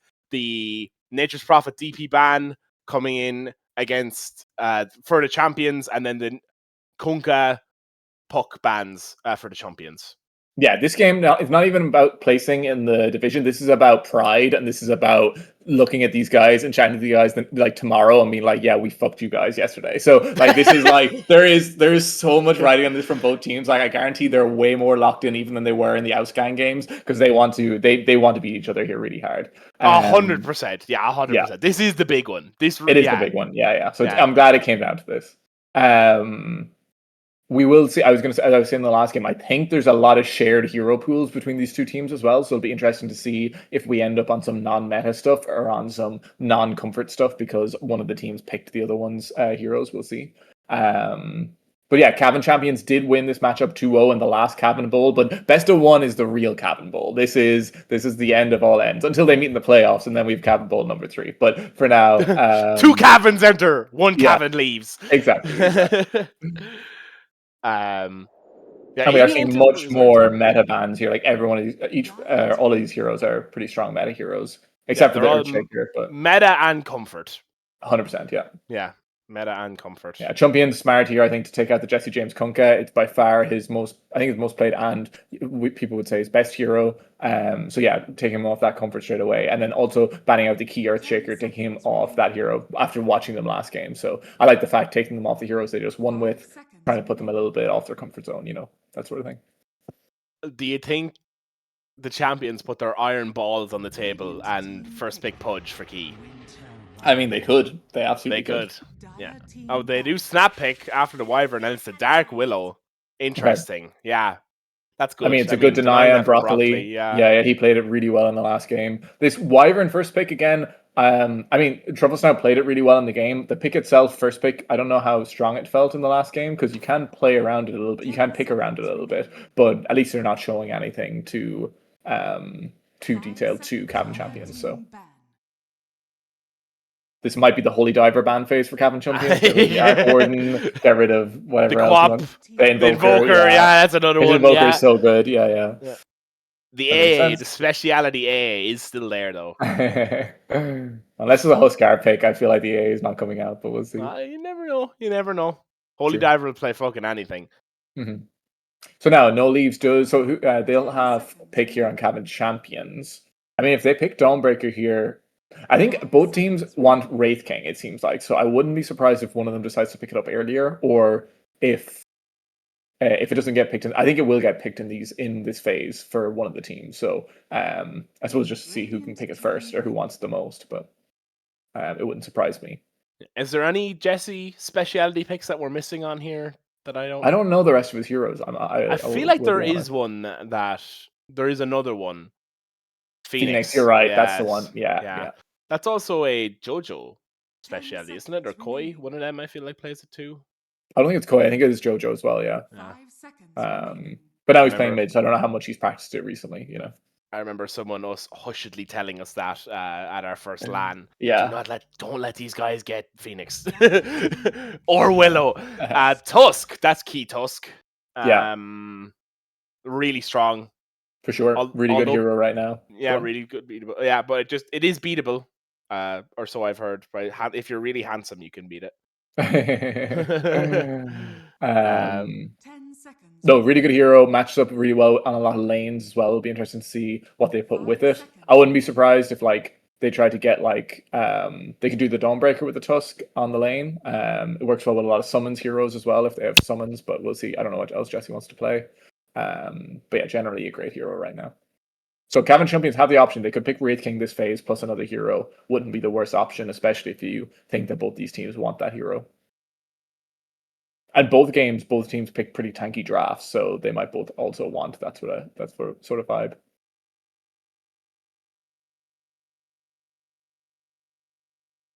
A lot of reserve time going to this one too. Yeah, between this and the bans, a lot of reserve time. Pugna, interesting. Okay.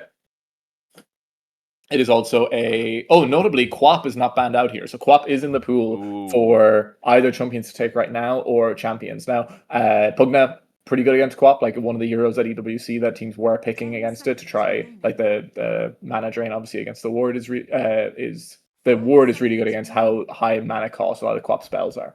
But still probably a better hero than the counter on Pugna, so I wouldn't be surprised if Cavan, we've seen Holy Diver played a load before in the past, so I think if it gets through this phase, I wouldn't be surprised if they picked it.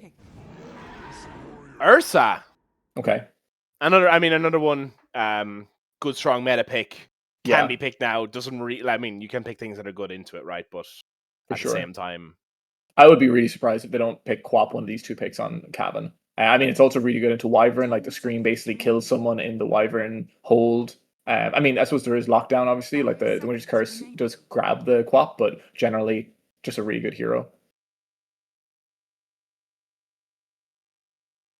But Ursa has been one of the more successful carries in D2I, and it's kind of a good laner in most ways. Now, it is often picked after you see the offlane hero, because you're like, okay, they pick Darkseer, they pick Dawnbreaker, we can pick Ursa and we'll win the lane. Now, Cavan champions do have the opportunity to pick an offlaner that maybe is not as counted as by Ursa, but there isn't actually that many of them. Like a lot of the offlaners suffer against Ursa. So I was about to say, can you tell me one of these mystical offlaners that aren't countered by Ursa, please? Yeah. But yeah, a lot of reserve time going into this one as well. Yeah. Both teams being pretty coy, excuse the pun, with each other. Yeah, what's the pick here, do you think, for the champions? I think one of these has to be Quap for champions. Do you think Quap is good here? I don't know, you just haven't said it. I do. Yeah. I just think it's madness if it gets through further than this, but... Sorry, I just slapped myself on the hand. Sorry, it's okay. Mars, interesting. Okay. Is this a Jesse? I don't know, is this a Jesse pick? I don't know either. A good hero, so. Right? Well, generally good, I assume he's... I just don't know, is it a... Oh. Okay. Dawnbreaker mid? I guess? One of these heroes has to play somewhere else, so it's... Unless Koi could play either of these heroes. He's an offline player by trade, so we might be trying to flex one of these guys to core to by carry trade. By trade. That's his job, his humble job. I grew up in the offline times, you know. So yeah, he will probably. I'd say he picks one of these. Okay, and then they take the Quap. So, a really good hero. Like I kind of like how Champions' draft is showing up here. Especially when, they need more damage on champions for sure, but we'll see what they pick last. And it's also, I would imagine it's pretty clear that like it's Holy Diver's hero they need last pick here, so they have 2 extra bans on champions now to ban out the rest of Holy Diver's pool, and Puck is gone already. A lot of his heroes are gone already. And if there's one person who knows what Holy Diver's pool looks like, it is Jojo Seer. Wagons and Truffle Snout and Seer. Yeah. Up until this year, I believe they played every competitive match these guys have ever played together. Mm-hmm. Yeah. Also, worth saying, like, if they are put this Dawn, it might be more likely to put the Dawnbreaker carry and the Mars offlane, I'd say. But if the Dawnbreaker does go offlane, like, that's not a good lane for the Dawnbreaker versus the Ursa. So, we'll see. But I'd imagine if they are going to flex the Dawnbreaker, it'll be the Dawnbreaker on carry. They did that a few times at EWC with Dawnbreaker on carry. No Leaves hero is also the last hero, so they know that on champions as well. Ban out the Night Stalker, so the big 3 of what you would think No Leaves heroes are gone. And then Tidehunter as well, he's played a lot of. Now Doom is still in the pool. When we played against them last night, No Leaves played Doom, so that could be a hero that comes out here. Oh yeah, I forgot about that. I don't know why I thought it was Koi playing. But they do have to pick it first. So right now, like, is Doom that great of a pick? Like, not amazing. It doesn't really... maybe it's fine against Dawnbreaker, but it's not like a gotcha Doom game, so they might hesitate to pick it without seeing the last hero on Cavan. They're both Cavan on the champions. That's not going to get confusing at all either. No, not at all. We went from having 2 players with the same name to 2 fucking teams with the same name. Yeah. At least there's no Andias in this match. We love the Andias, but we do love the Andias. They do complicate the game state. Okay, Holy Diver has a really tough time picking a hero here. Like, I mean, he's played mid his whole life, so he definitely has other heroes in reserve, but like, there's not many heroes left. No, so many of them are banned out. Yeah. I mean, Void Spirit's in the pool if he wants to take that with like the silence against the Quap, maybe it's doable.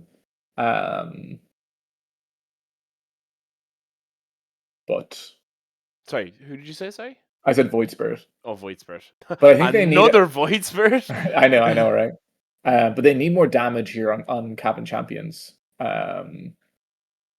Also, weird thing is like the Dawnbreaker lane is generally good with the Tusk. So like you would think maybe if they try to do that, they put that key and the Dawnbreaker together, but then you have to go into the Ursa. So it's hard to. I'll be interested to see how they lane these heroes on Cavan champions as well. But yeah, they need an offlane here for no leaves. Vengeful Spirit. Okay. Interesting. I mean, it's a strong hero. It made it through all this way. If Mars doesn't go for the hide the heroes in the arena facet, whatever one that is, you can swap people out of arena, right? So that's pretty good. You can also swap people out of Dawn ult circle. I kind of like the pick actually. Yeah, I think it's pretty good into the enemy team here. I don't know their crowd control is not that good on champions. Like they kind of only have Winter's Curse and everything else is like, and I mean they have Quap Scream, but it's a lot of single target. Like they kind of need to like swap someone, burst them, and then kind of like play around the fights like that. But it's definitely doable. This is a harder pick for champs. Yeah, I was about to say the champs just as stumped as we are here. I'm not sure what I would pick here. Well, I know if it was me, I'd pick Necro, but but yeah, I don't know. Like what a good player picks here, and all his heroes are gone too. Like there's no Arcor, no Puck, no Invoker, no Storm, no Ember. At least you know that Champions is not sure where these heroes are going. Like even though you're also struggling to pick, you know that they're pretty baffled about the locations here. So yeah, surely. I mean the Mars Dawnbreaker pick is fucking crazy. Yeah, it's baffling for sure. Okay, here we go. Muerta. Okay, where are these heroes going? Where someone get the red noses out. This is a clown fest. Mid Muerta, carry Dawn, offlane Mars. Yeah. So I'm glad they're not putting the Dawn on the Ursa lane. That's good, I think. Oh yeah, that'd be misery, right? It would. I mean, Mars isn't much less than misery, right? But it's not. No, it is better. Yeah, it should be better because you can spear him away, and it's kind of like a Monkey King. I think it's a little bit worse than the Monkey King matchup, but it's it's still you can get rid of the Ursa. It's not the worst ever. I've never seen Jesse play Mars, so I wonder. He did go for the hide in arena facet, so Venge won't get those swaps, which is a good call from Jesse. Yeah, I saw him swapping over and back there. I wasn't sure which one he was going to go for in the end. Yeah, but I think that's the right call against the Venge. Yeah, and against the Wyvern as well, because Wyvern could get the Witch's Curse off in arena and stuff too. Worth knowing as well, arena pretty good against Wyvern just because he can't fly out of it. So it's a good way to trap the Wyvern. But what is this mid matchup like the Muerta against the Quap? I feel like Quap is gonna. I mean, look, to be fair, Holy Diver is a much higher MMR player than Jojo, just like statistically. So like maybe this matchup will be fine, but you would think 2 even players that the Quap should win this lane, right? Yeah, absolutely. But I mean, you also have to take into account that this is like Jojo has been a Pos 4 player up until about 2 months ago, maybe 3, like since the last LAN, basically since Dota 2 Ireland rebooted. He's been a Pos 4 player, so it will be interesting to see. But Quap, such a strong laner. Like such a crazy strong laner. Also, actually, it's cool. I didn't think of this, but the Muerta's, I don't know the innate. I think it's the innate that it can always hit ethereal units, right? So it's really good against the Pugna in that way. That the Decrep doesn't work. Because that's why it's the best hero against Necro statistically or something. So that's actually a good counter there. Obviously, I'm sure he got forced a little bit into a hero maybe he didn't want to play, but at least he has some synergy there. Fight runes. Jojo doesn't want read pattern. Oh, sorry. Yes, this is the. Thank you for the reminder. This is the Irish Dota League. This is Division 2, Season 5, Division 2. This is the tiebreaker game between Cavan Champions and Cavan Champions for first place in Division 2B. The reigning, defending Division 2 champions, Cavan Champions, versus the Rebels, the upstart, the Cavan champions, looking to try and make a name for themselves here and secure that team name swap coming into the playoffs. 30 seconds to battle. If you're looking to get involved, you should go to irishdotaleague.com. There you'll find a link to the Discord, as well as in the below description of this Twitch chat. There's going to be some links as well in the chat as well. We'd love to have you here if you want to get involved in any of our lands that are coming up. I believe the next one will be in the next couple of months in Dublin. We run about 2 of them a year with the Irish Dota League following that, as well as any just in-houses, scrims, pubs, whatever it is. We're a very welcoming community, and we'd love to have you along as we get to go out here. They do make a little bit of a fight out here right at the last minute. Jojo Baggins getting hit with 2 blood grenades here is going to go down. Another blood grenade gets thrown down. Key getting quite low here. Is Jojo going to have the damage? Yes, they are. They're going to throw in the dagger. Key with that stick. Maybe it's enough. Jesse James getting low, though. Seer is going to get the kill with the right click there. The Fury swipes proving a little bit too effective there. Key, despite the fact that he's on no HP and deniable, is going to still place the ward down mid to see can he find a new ward. Nice. Yeah, our Fury swipes can just be a bit too dangerous level 1 sometimes if you don't too much. Also, this is pretty good for Muerta. Like, if we think this matchup was supposed to be Quap favored, already starting the lane with Quap on half HP, a really nice start. So I'm sure he's happy about that on Holy Diver. Yeah, for sure. Broccoli and Noli just throwing right clicks at Koi here. Worth saying as well, this Muerta does solve a lot of the damage issues we said. Like, we said they needed a DPS right clicker to solve kind of Champions' draft, and they kind of answered everything with the Muerta. As long as the lane doesn't go awful, I actually think it could be a good pick. Ooh, Broccoli treading the needle there between the Bramble Maze, managing to get out. I do believe this is a pretty classic Tusk Mars lane combo too, right? Because the spear does spear into shards, so you can catch someone in that and get the double stun. So that's when the shards dissipate, does the stun stop as well? I think it does, right? Probably, I'm not sure. And there's something you can do with the trees as well. You can cut down the tree and the stun. Okay, yeah. Which are pretty even so far. Actually, I say pretty even. 5 denies already on this mid lane. As L gets low here, the right click's coming in from no leaves. Isn't going to have enough damage. Koi whiffing on the Starbreaker there. Broccoli treading the needle through the Bramble Maze, not managing to get the kill. Ooh. So what do you think if you're playing Quap here in this matchup, do you max... which build are you going this game? I'm maxing Q, and then I'm pressing Q and right-clicking on the Muerta. Okay, nice. Because I cannot lose trades that way. Nice shards there from Key, as there is a little bit of a go out here on the top lane. Seer getting caught there, not going to be able to get any more damage in. Jesse James, though, definitely struggling a little bit more than he was. Yeah, I mean, this Ursa Winter Wyvern should be able to do a good bit here. Yeah, for sure, for sure. I also think this Venge, once they get a few levels in this with this Venge and the Pugna, they probably do have a good kill opportunity on Dark Willow, on L playing here on the Dark Willow, so we'll see. Yeah, absolutely. Another little bit of a go out here on the top lane. Seer with the blood grenade there from Trouble Stout has the Fury swipes with that slow on the Q, on the Earthshock, sorry. Not going to be enough though. In this mid lane, lots of denies going the way of Holy Diver, which again is probably a little bit of the experience and the MMR diff. It is what it is. You know, there's not much you can do about it. Oh, nice dodge by L on the stun there. Very much nice. Gets the right click in with the Bramble Maze there onto Broccoli too. Nice. And Seer playing this top lane pretty impeccably so far. Like, dual melee off lane into the Wyvern Ursa is not fun. So they're going to really suffer, I think, on Mars Tusk. Yeah. But 15 last hits so far on Jesse. Like, maybe if they just play the lane equilibrium well, they could come out fine. Jesse probably going to go Soul Ring, I imagine. And then at that stage, you can kind of always spear the Ursa away if he gets too close, you know. So, yeah, we'll see how that turns out. Yeah, Seer playing really good aggression game in the top lane. Yeah, for sure. And speaking of which, speaking of aggression, is underneath the tower, gets brought back up on HP with that Cold Embrace there, with the Tango being eaten, is going to be enough. Key having to take the Walk of Shame right back to base. Just like them sad Sunday mornings in Galway, I imagine. Key disclaimer, not from Galway. I didn't just dox him. He just seems like someone who would be around Galway a lot. But anyways, you see that, yeah. I do see that, yeah. pretty good on the laning stage so far for the champions. Although that being said, like it's pretty close all in It's all not too bad. in terms of CS. Seer's still doing well here. Yeah, Jojo's struggling a little bit, unfortunately. But I think when he gets more level in the first, it should get easier, right? Yeah, 100%. I mean, like that third level in the first is really big. Yeah. Once you get to that. Broccoli, again, threading the needle on the Bramble Maze here.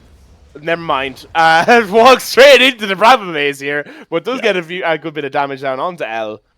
It's worth saying as well, the champions definitely are the higher average MMR team, right? Oh, by a good way. By Yeah. a considerable margin. Yeah, 100%. At nearly every position, I believe they're higher MMR. Okay, yeah. Actually. Wait, sorry, which is it? It's the champions, sorry, that are higher MMR. No, the champions. God, which is which now? The champions of Jesse James and Holy Diver and Koi. Okay, yeah, they are the champions, right? Yeah, okay. Yes, the champions. The reigning, defending premier. I whole big spiel at the start of the stream, actually. Yeah, well, now I'm confused. It only took 5 minutes, and we've lost track of who's who. But anyways, a little bit of a go out here on the top lane. Good spear back there from Jesse James. Don't know if it'll be enough, though. Level 4 coming in on Seer. He's going to have that Earth Shock available in a little bit, but it's not going to be quite enough. Only coming up now. A little bit more of a go out here. Koi, really tanky, able to tank up that Nether Blast. Nice stun coming in from Nolies. I believe he kind of realized that the only one they're going to kill on this lane is L. They don't really have the kill potential for killing Koi. Another go out here on the top lane. The snowball onto Seer. Is going to have the Earth Shock. Is he going to jump in? No, he's not. In comes the TP from Holy Diver, who immediately pops the Embrace to pierce the veil even. And is going to run up. Has the haste rune. Great heads up TP there. Trouble Stout managing to put himself into the healing, into the cold embrace. Jesus. Under the tower. And is going to secure the back off there. Key getting a little bit low. Great heads up play from Holy Diver there. But at the same time, is giving a little bit of respite to Jojo in mid. But yeah, definitely worth. But like such a great play to make against the Ursa, like by far the best, the highest performing core on the. Yeah, I thought there was a go out there. Yeah, the champions, yes. Yeah.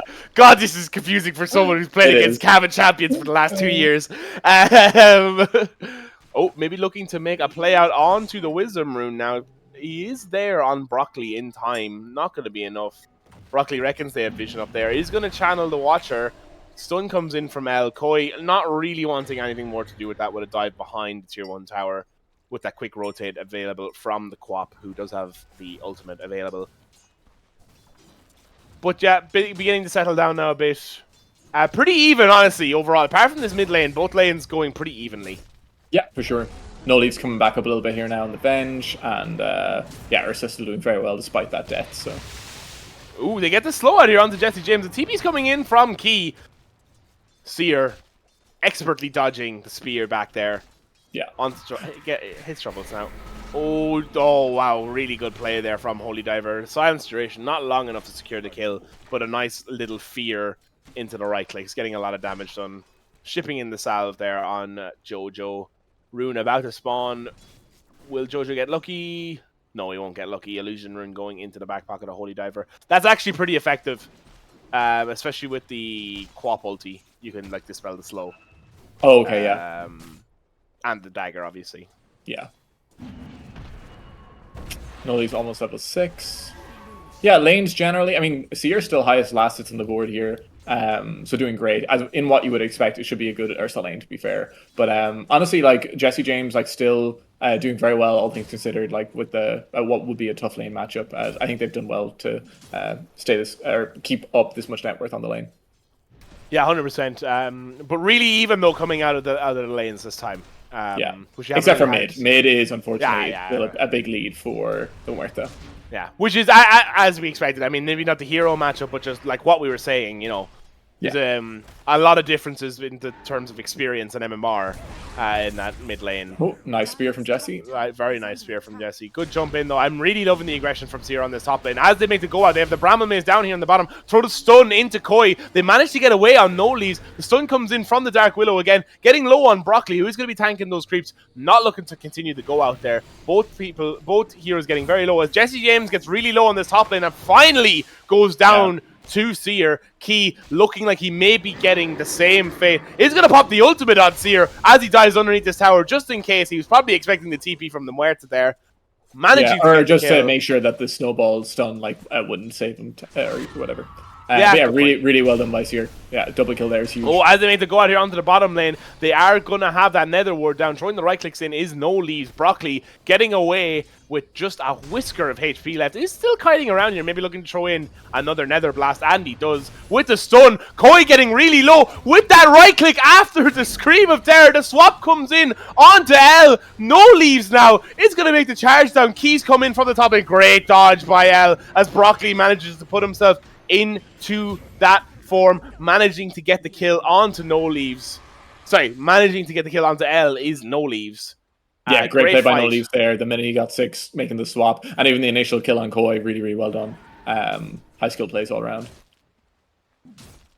Yeah, very. They have to be scared on champions now. Like obviously they've had this really good mid lane, but once again both side lanes for the champions have gone quite well with No Leaves and Seer. So definitely a really even game coming into this 10-12 minute mark. Ooh, and the ultimate gets dropped here by Jesse James. Key is here as well. Pierce the Veil being pressed by the Holy Diver, who has come to the top lane. Jesse James securing the kill there. Really big kill onto Seer. As Koi now making it go on to this bottom lane. Nice heads up swap there from Noli. He's going to get the stun onto Koi, who's underneath the tower. They're going to try to terrorize on L. Here comes Jojo Baggins. He's going to get the scream down. Gets the kill onto Koi as L going down to the tower there after getting the kill onto No Leaves. Wow. This is a fucking bloodbath. Yeah, all action. But great kill from Jojo there. Like, he needed that kill, just get a bit of momentum into this game, and that's exactly what he did. So, sad that No Leaves dies there, but kill onto Koi. Sorry, what happened there. Really well done. Literally anyone's game at this point. I actually don't think either team is really in the lead. Like, this Ursa's looking great, but so is this Muerta. Jesse's also played great on Mars. That was a great setup kill on the Ursa there. Not an easy kill to make happen, but they did. Holy Diver all over this map so far. Yeah, it's honestly so even between the cores. Only the Co-op, who again, I mean, I know I've said it a bajillion times, but big MMR experience difference, whatever. But really close across the board here, to be honest. 100%. And even still is managing to keep pace with the Dawnbreaker, which is good to see. Making another go out here. They have the drain as well as the stun coming in from No Leaves with that Nether Blast getting very low on L. The swap comes back, gets the kill as Holy Diver managing to find Quap in the meantime just next to that Roshan pit, as they're maybe looking to continue to go out. No, Holy Diver gone back to mid now. Yeah, this calling spell really strong against Quap. Gonna have to be really careful of that the whole game, like not to jump into it and not to sit around when you can cast it on them. Jesse trying to make a rotation here on No Leaves maybe. Yeah, definitely managing to get the arena down. In comes the Dawnbreaker ult as well from Koi. They are going to turn Ethereal on Broccoli, but it's not going to be enough. The Scream of Terror coming in from No Leaves. Will it be enough to secure the back off? Jojo comes in, managing to hit the Scream. That's bollocks that hit, and none of mine ever hit. That's fucking ridiculous. What? There was nowhere near the AoE. As they get the Terrorize coming in from L on the sideline, throwing in that dagger and that Scream of Pain onto the Dark Willow, who's about half HP now. They are going to secure the back off there. Good rotation. Be happy to leave after that one. Yeah, honestly. Unfortunate that Jesse wasn't able to get the kill on No Leaves there, but he is a pretty tanky hero, and he's probably building straight towards that Ags on Venge. He is. So he is already very tanky, so hard to pick off unless you have like the Muerta there as well, I think. So they'll take the kill onto the Pugna.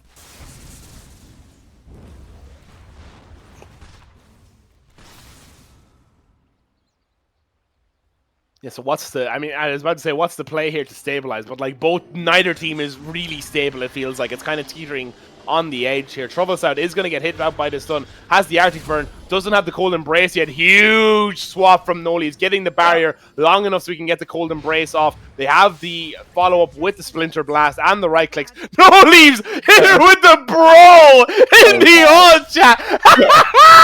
Oh my god, I don't think I've ever seen No Leaves pull off that. Oh, and here we go with Holy Diver popping the Pierce the Veil in the mid lane. Going to be getting the right clicks into Broccoli, even with the silence. Is it going to be enough? Jojo Baggins realizes he smells that there's blood in the water here, trying to get a bit of fucking revenge on this prick for the mid lane. The Nether Blast comes in, down goes Holy Diver.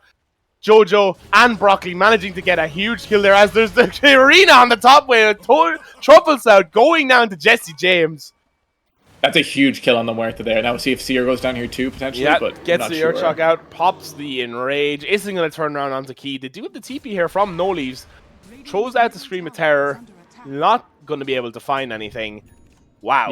Yeah. Massive kill, huge kill on Holy Muerta. Diver. Yeah. Maybe just overestimating like the damage versus the Pugna suck. But yeah, great by Jojo there to hang around and get the follow-up kill. But I think both teams will be happy enough to sit around for a bit. I mean, obviously they're fighting a lot, but like I don't think either team is on that much of a timer. You know, they both want to get their items right now. So yeah, and we do see that Seer managing to eclipse Holy Diver on that network lead now, on the network chart, just getting 100 goal ahead, but still close, razor close, for sure, across the entire game. Less than a 1k goal lead for the champions. Yeah, Jesse playing really well so far. Like, he's basically used Arena off cooldown again, kind of similar to how they played with Kunkka. Oh, Koi could be a target here.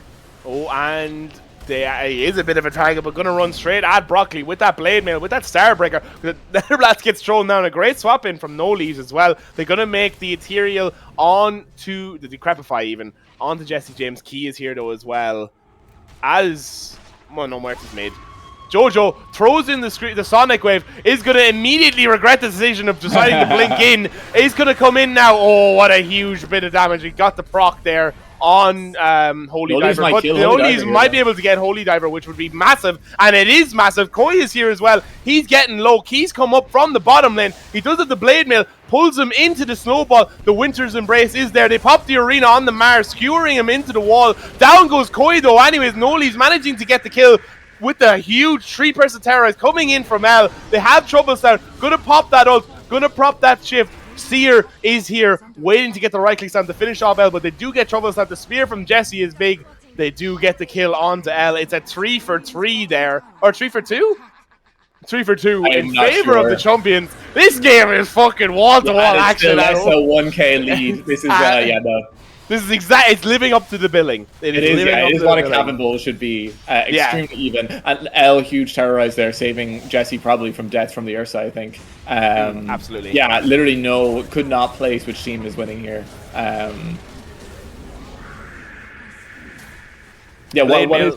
Sorry, go on. No, I was going to see what this build on Carry Dawnbreaker is, but it is just a Blade Mail into the Ags build. So very off-lane heavy, but also you can, I guess, pretty clear, like, Holy Diver is kind of playing the carry role this game. Like, he's going to build the damage items, and Koi plays a bit more utility, so that kind of makes sense as well. Yeah, Blade Mail coming up now on the Quap as well. Just got it, which is really big for her game. As they get the spear back here on Jesse James onto Broccoli, the Pugna, though, quite elusive. It does manage to get the invis, throws in the Nether Blast for good measure as a fuck you, then starts to walk away. Key now running into Troubles out here. The Arctic Burn is there, but they're not really just going to have the damage or the follow-up to do anything about it. Jesse does have Blink now as well, so it's a lot of playmaking on board for the side of Cavan. Ah, nice. Okay. But they have to be scared. This No Leaves might have his Ags on Crow, I think. Yeah, he does. So that's like obviously the difficult time in Venge is farming the initial Ags. But this hero has a huge power spike once he gets that item. So yeah, it's crazy.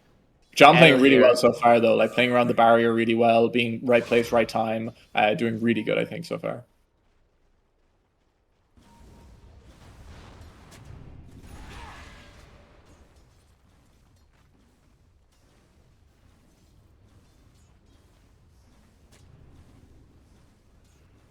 Jesse looking for a blink here, maybe?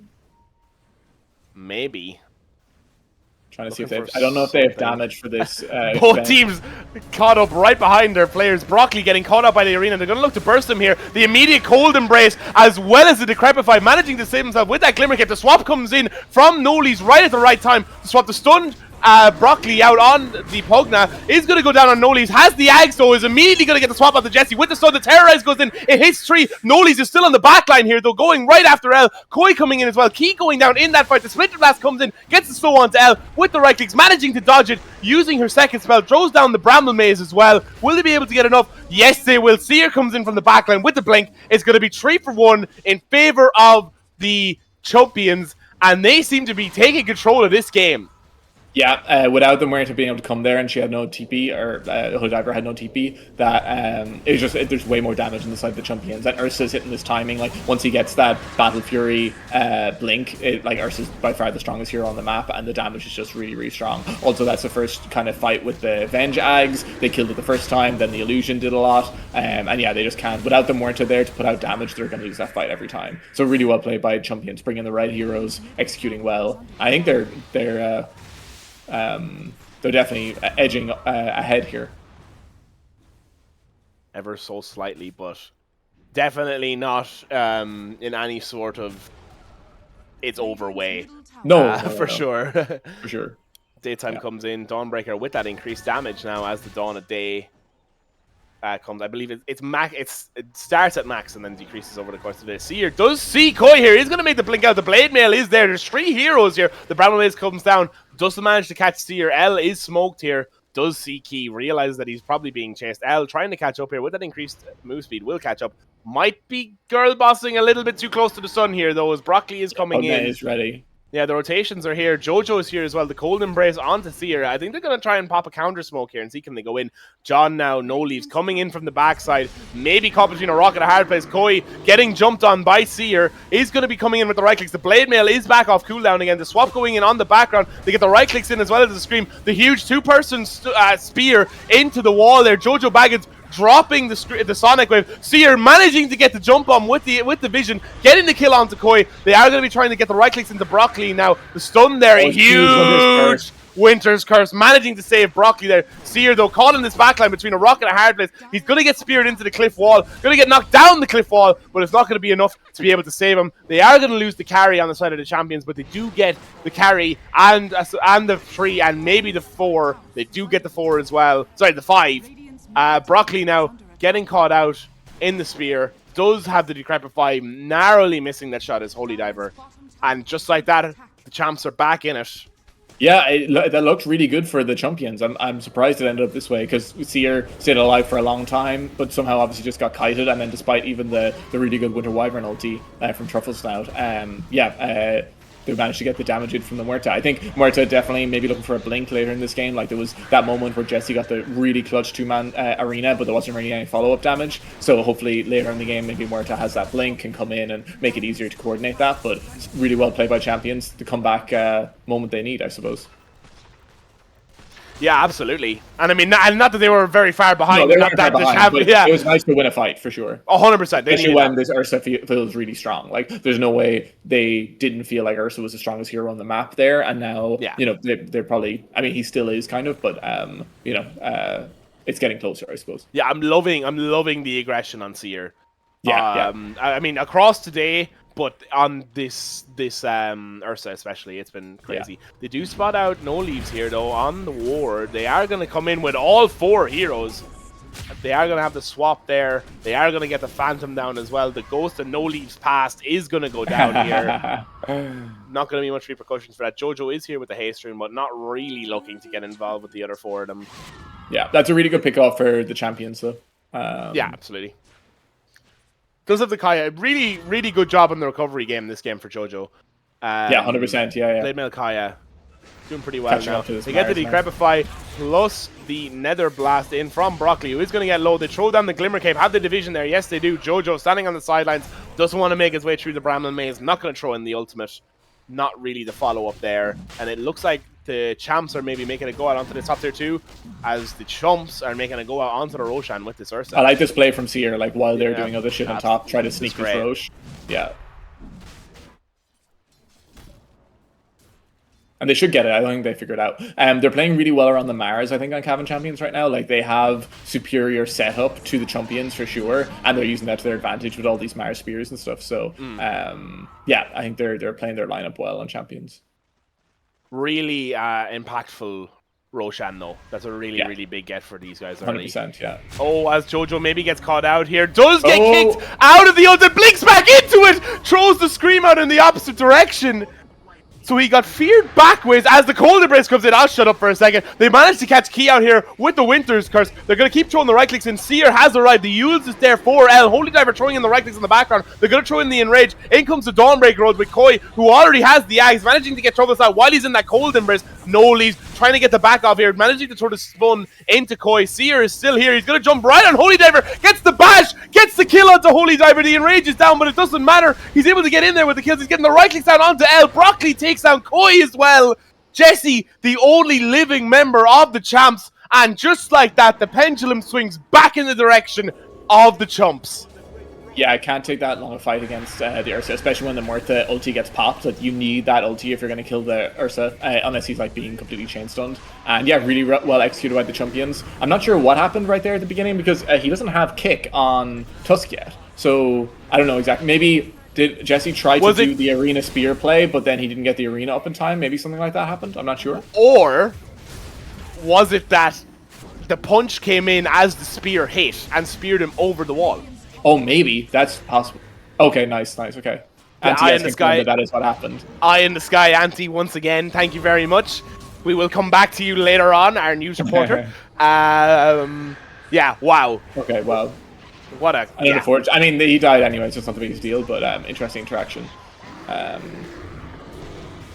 yeah, if they're going to win fights, I think, on champions, they can't let the Ursa just like stand around and like hit people for that long, but they need to have like this initial burst that the person in arena dies, and then Muerta still has like ulti or whatever to kill Ursa, I think. Oh, have they found out someone here? Yes, they have. They managed to find Koi farming the Ancients here, trying to get the ultimate off. Does get it off with that reduced cast time, as thanks to the Aghanim Scepter. Yeah, nice ulti by Koi there to get out. Yeah, very nice ulti. Close, but yeah, that's a big cooldown down there. That's 100 seconds for sure. And they're maybe looking to make a go out onto this tier 2 bottom. Yeah, this Ursa, crazy strong right now.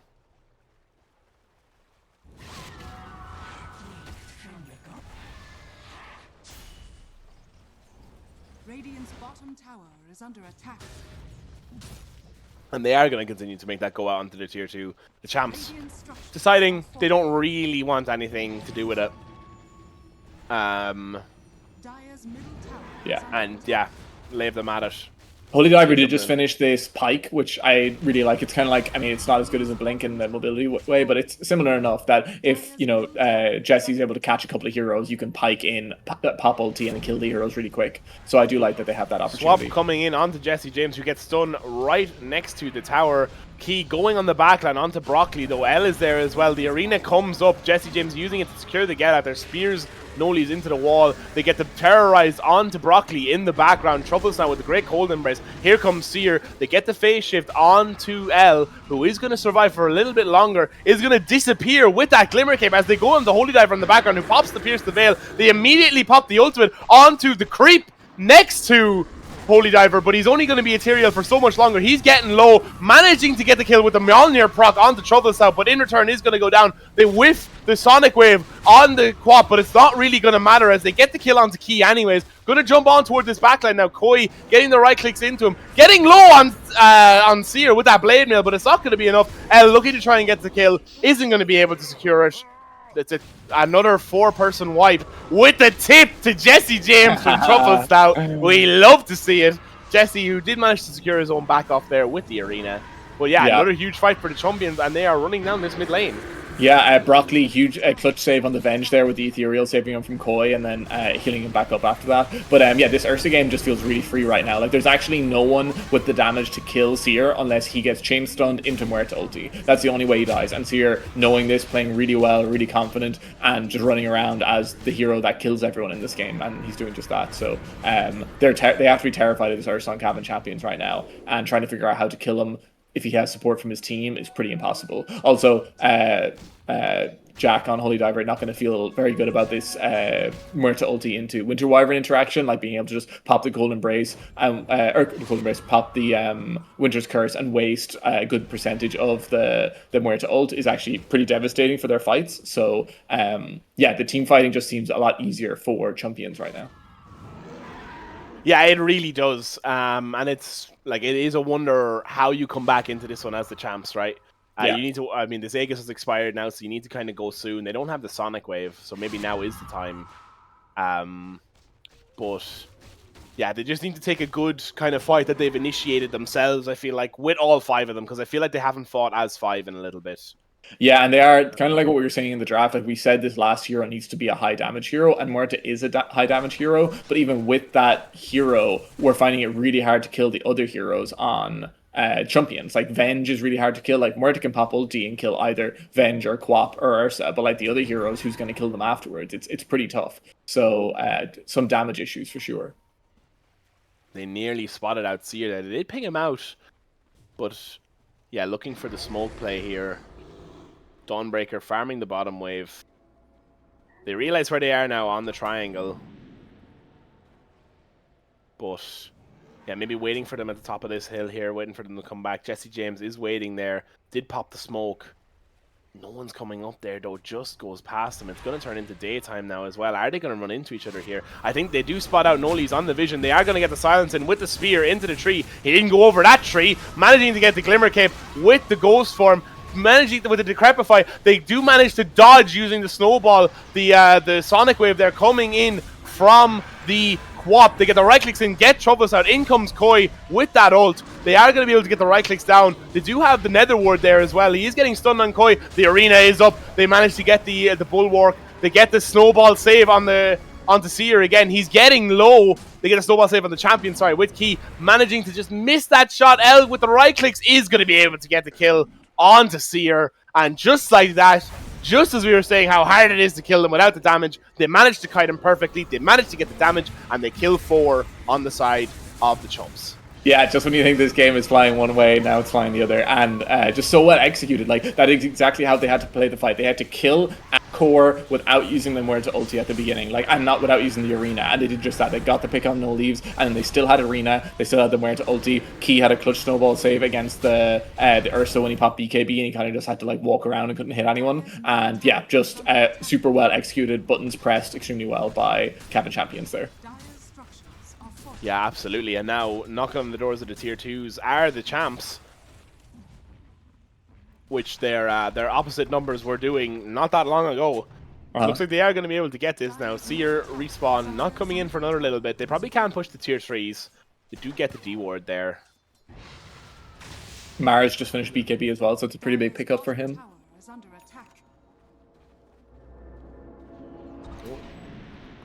Went the TP's out. Looks like they're going to make the disengage here now on the side of the Champs. But that lead that was 10k suddenly down to 2.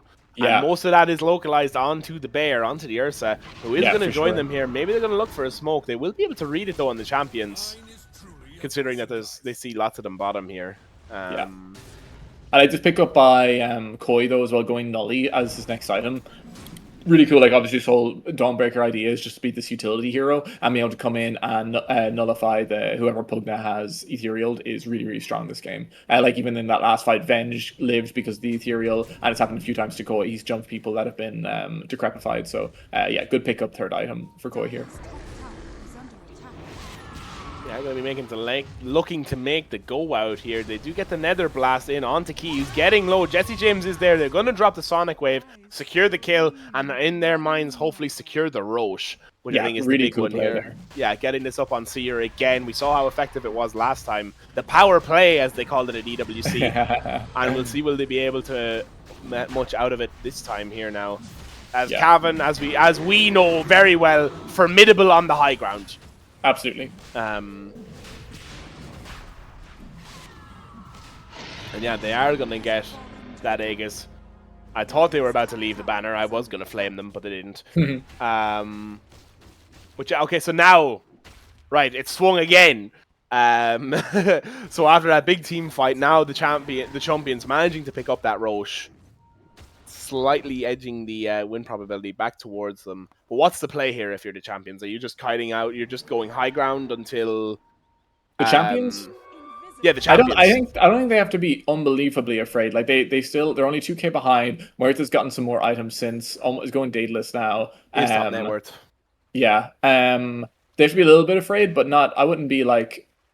Yeah, like as you see there, they're still pushing out a base. They're not just going to high ground.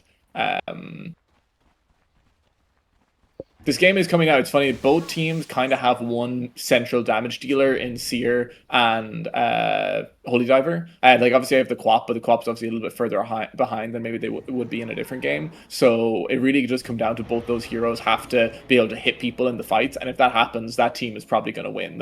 You can kind of simplify it a little bit down to that right now. So yeah, I imagine they will try to wait out the Aegis for sure on champions, but we'll see what champions decide to do with their with their power play. Yes, exactly, the power play. So true. So true, bestie. Seer just looking for things to hit right now. Yeah, doesn't care. Just blinks straight up onto the enemy triangle. I suppose they do have the vision there, but still. Is he going to find out Koi? Probably not. Yeah, what's next for Koi now in this, I guess? I mean, it is he's the going harpoon. Yeah. SNY is also a common pickup, but I like the harpoon. Interesting to be going back to the harpoon now. Like usually it's like one of those, it's like a first item. Yeah, most people go Echo Saber a bit earlier. I suppose maybe he's just trying to make sure they can grab the Pugna or the Avenge, but SNY is also another good option. Good slow as well. Yeah, no, I kind of like it. It gives them like another thing they do in the fights, you know what I mean, which is nice.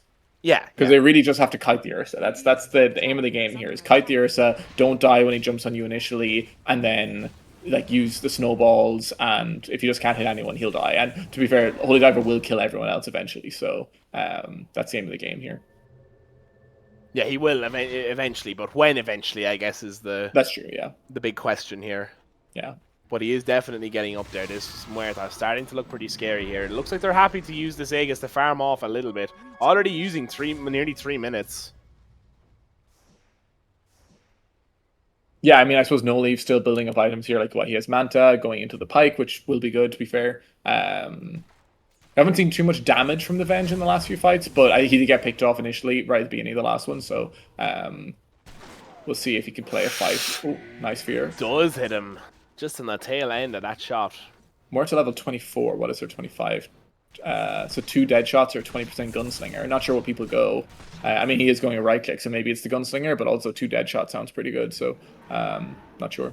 Yeah, good point. Seer is they do run into him here. Gets the instant bash onto the Holy Diver. They come in with the Walrus Punch. Key is there. He is silenced out onto Seer here. Broccoli in the backline. They are going to get the swap in on Nolies. Throws a stun onto Key. Holy Diver is here, but is low HP. They haven't managed to burst the Ursa just yet. Jesse James waiting in the trees. The Mjolnir gets procced onto him. L going down to that Sonic Wave. In comes Troubles out. Does manage to get the Winter's Curse onto it. Jesse James still hiding off in the background. The arena is there. In comes Koi as well with the ultimate. It's a huge ulti. They managed to take that Seer. They get Troubles out as well. The Aegis is about to respawn. BKB on Jojo Baggins here on Quap. They get the Yules down onto Key, who does come in. Gets the snowball save on himself. The Shield Rune is there as well. Looks like the rest of them are going to try and make a hasty retreat here after taking that Aegis. If they can just get out here on champions, they're super happy with that. Like, they popped Aegis and killed the Wyvern, and they probably won't push now. Really well played. That's how they get the arena into the Muerta. It looked a bit dicey for a second, like Muerta on like a quarter or a third HP and doesn't have Satanic yet or anything. So like, that was kind of it could have been bad, but really good arena from Jesse. Just really good like team fighting again from champions, to be honest. But they do know there's no Muerta BKB right now. There's no arena. There's no Donald, so they might try push the issue here, even without the Wyvern. Yeah, they know that the Winter Wyvern. Well, I mean, Winter Wyvern can't. It's coming in now. Yeah. Muerta ult is back. 13 on Donald, 30 on Mars. So realistically, a lot of the team fight will be back up by the time they fight again. Yeah, they're not getting that outpost there, so Troublesant does TP towards that bottom and try and clear that up a little bit. Muerta doing a good job with split pushing there. He is going to come back to base. Yeah. And another Yules just came out on Tusk as well, so it's going to make Seer's life even a little bit harder. And it is for the Cavan champions, it really is the issue of just let's kite this Ursa. Everyone buy Yules. Everyone buy like every item you can do to just make sure he can't kill you when he jumps immediately. And if he just has to wait around, he's going to die eventually. So I like the itemization here from champions. This Dawnbreaker also as well, like not the most traditional carry pick, but I think Koi's been doing great, like fulfilling his role perfectly, like just coming in with the ultis, nullifying, making people like heal, throwing out stuns with the Starbreaker, generally just playing really well. Yeah, really, really well. The ultis have been clutch, and Muerta now, it is still neck and neck with her and the Ursa, but she is starting to pull away just that little bit. Yeah, and this Refresher coming out now soon, which is a cool pickup. I would have thought like some people might go Satanic here, but the Refresher's cool, just like the double ulti, especially when you have the Dawnbreaker ult and the Mars ult. Like it's a cool way. You like if you kill someone in Mars ult with the first Muerta ult and BKB, and then you can do it again. Or if like you kill some people in your first jump and then Ursa goes on you, you can Refresher and do the same thing again and kill him. So I like to pick up this game. Yeah, double Muerta ult with double BKB, you literally have 2 shots at being immortal for like 6 seconds. Yeah. They are going to get the perfect scan here on to Seer right as he jumps away from that tower. They are going to catch him out here. He does use the Earth Shock. Is he going to be able to pop the Enrage? They're all coming in here to drop the Arena down. The Bramble Maze as well. In comes Koi with the ult, but a massive Winter's Curse right onto Jesse James. The heal coming in from Broccoli on the Suck. They are going to be able to get the kill on the Jesse James in that ult. It rebounds again onto L, who goes down and then right back onto Key with the last of the duration. Noli's getting low here. Haven't popped the ult here on the Muerta, and they're not going to get the chance as Seer jumps in with the Abyssal Blade, gets the stun. They finish off Koi. They wipe the champions. Wow, I thought this fight looked so bad at the beginning. Key got an insane shards onto the Ursa, so even when he BKB'd, he couldn't leave the arena. But then, huge Winter's Curse, and Muerta never got her ult off, and a big scream from Jojo, and suddenly the fight just changes. No Leaves also tanking a lot of that fight for his team, and then still having the illusion up afterwards. Yeah, super well played by Cavan champions. Yeah, super well played. And killing the Mars early in that game, in that fight, really helped as well. Yeah, unbelievable ult from Trouble. I can't believe Ursa lived through that whole burst, honestly. Yeah, I mean the heal from the drain on Broccoli, as well as just that, like I said, the incredible Winter's Curse from Troubles now. Yeah, and also you do see the issue with the general issue with Muerta is that he popped BKB on Ursa, and she knew she couldn't ulti to kill him because it like would do way less damage. So you do deal with that here as well.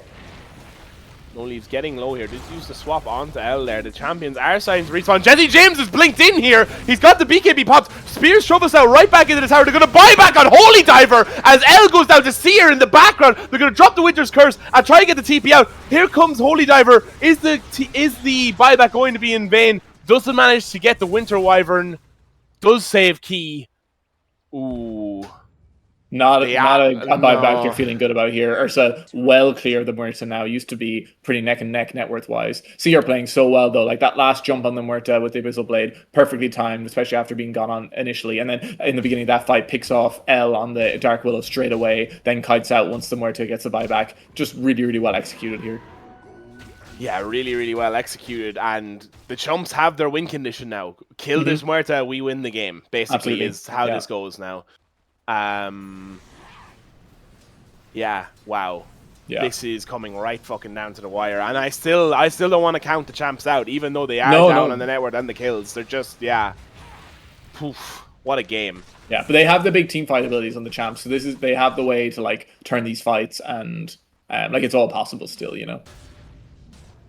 Yeah, Jesse, absolutely. I think in that last fight, I'm not sure like what if they planned maybe to do that buyback, or if Jesse thought he would get a spear off and someone then didn't end up being in the right position. He had to BKB, so it's a bit of an awkward initiation, unfortunately. And then maybe Holy Diver feels like he has to buy back. Yeah, just a hard fight to play in general, and didn't work out too well for the champs. No, not at all. Woof. And they are going to make this go out onto the Roche here, which takes another resource away. They are smoking up. They know they're going to go for this. Yeah, I like this play. They can't like. It's going to go down so quick though. No, but they have the roar there with the disarm. I don't think it's going to be down quick enough. In comes Jesse James with the blink in and the arena. Koi coming down with that ultimate, managing to stun too. The Sonic Wave comes in, managing to hit some of the heroes on the champs, but they get the buyback straight away in for Broccoli as he goes down the Holy Diver, who's popped the BKB and the ult. The Winter's Curse in the background with the Glepnir. They've disabled 3 of the heroes on the side of the champions. They're looking a bit to back out and reconnect with each other here. Koi trying to get out is going to go down to Jojo Baggins here as they catch out Holy Diver on Seer, who's going to turn straight around. Key looking to make the save with the snowball, does manage to get it. BKB. Managing to get it onto Holy Diver, onto Jojo Barry. They get Jesse James, but they get Jojo Baggins as well. Holy Diver, is he going to escape on no HP? No Leaves is there. They have the Glimmer Cape. They don't have the vision. Is the Seer going to try and catch out? They throw out the Bramble Maze, and the swap from No Leaves brings down the dieback onto Muerta. And that might just be game. It 100% could be. Unfortunately, Muerta had to pop everything at the beginning of that fight, and they basically killed no one. Huge Winter's Curse from Truffle Snout again that fight, like literally completely stopping the initiation from the champs. And yeah, I think they're going to have to buy back everyone here probably. The buybacks are coming in, but even with the buybacks, I don't know is it enough to stop this Ursa anymore. He's just going to go back off to the rush. Jesse James missing the spear there with the ice shards. Just not enough. Unfortunate with a little bit of a back off there from Seer with the attack moving. They're going to retreat back to the Roshan pit. Dawnbreaker is going to be able to keep her buyback here. Yeah, which is good. Wow, what a fucking game. I think they need to focus this Wyvern more in the initial burst. I think the Winter's Curses have been completely fight losing for them the last 2 fights maybe. So yeah, I think the initial arena has to be on the Wyvern now. Pop him straight away, and then you can use all the rest of the Muerta abilities. But he's just doing too much now. Truffle's now playing super well. Yeah, incredible. Yeah, just Koi with buyback. Actually doesn't have the gold for it right now, but just Koi with the and what do you buy out for? No, it's just when he spawned. Okay. He has a Deso now in Dawnbreaker, which is an interesting late game item. Maybe just feeling like they need more damage, which I don't disagree with. Like if the Muerta can't get to the people they're trying to kill, it's really hard for them to kill anyone. So I understand his reasoning here. Yeah, deciding to go against the Harpoon there. I think he's right in his way that like the Muerta is getting kited a bit, and like the fights are so wide that Muerta can't hit everyone, so he kind of needs another hero to be doing damage. It just sucks, like buying a Deso this late never feels like amazing, but yeah. Yeah, absolutely. Wow. I'm kind of, what a game. Yeah, really good game. And now we'll see can they rout this high ground defense? Can they finish it off here? But they will have to fight into the Muerta high ground with no supers taken just yet. Yeah, and this is where Muerta wants to play, because every other fight they've been able to split them really wide where Muerta can't hit people. But if you can just put them in this one area where Muerta can actually hit the heroes, they still have a ton of damage. So it's definitely not over.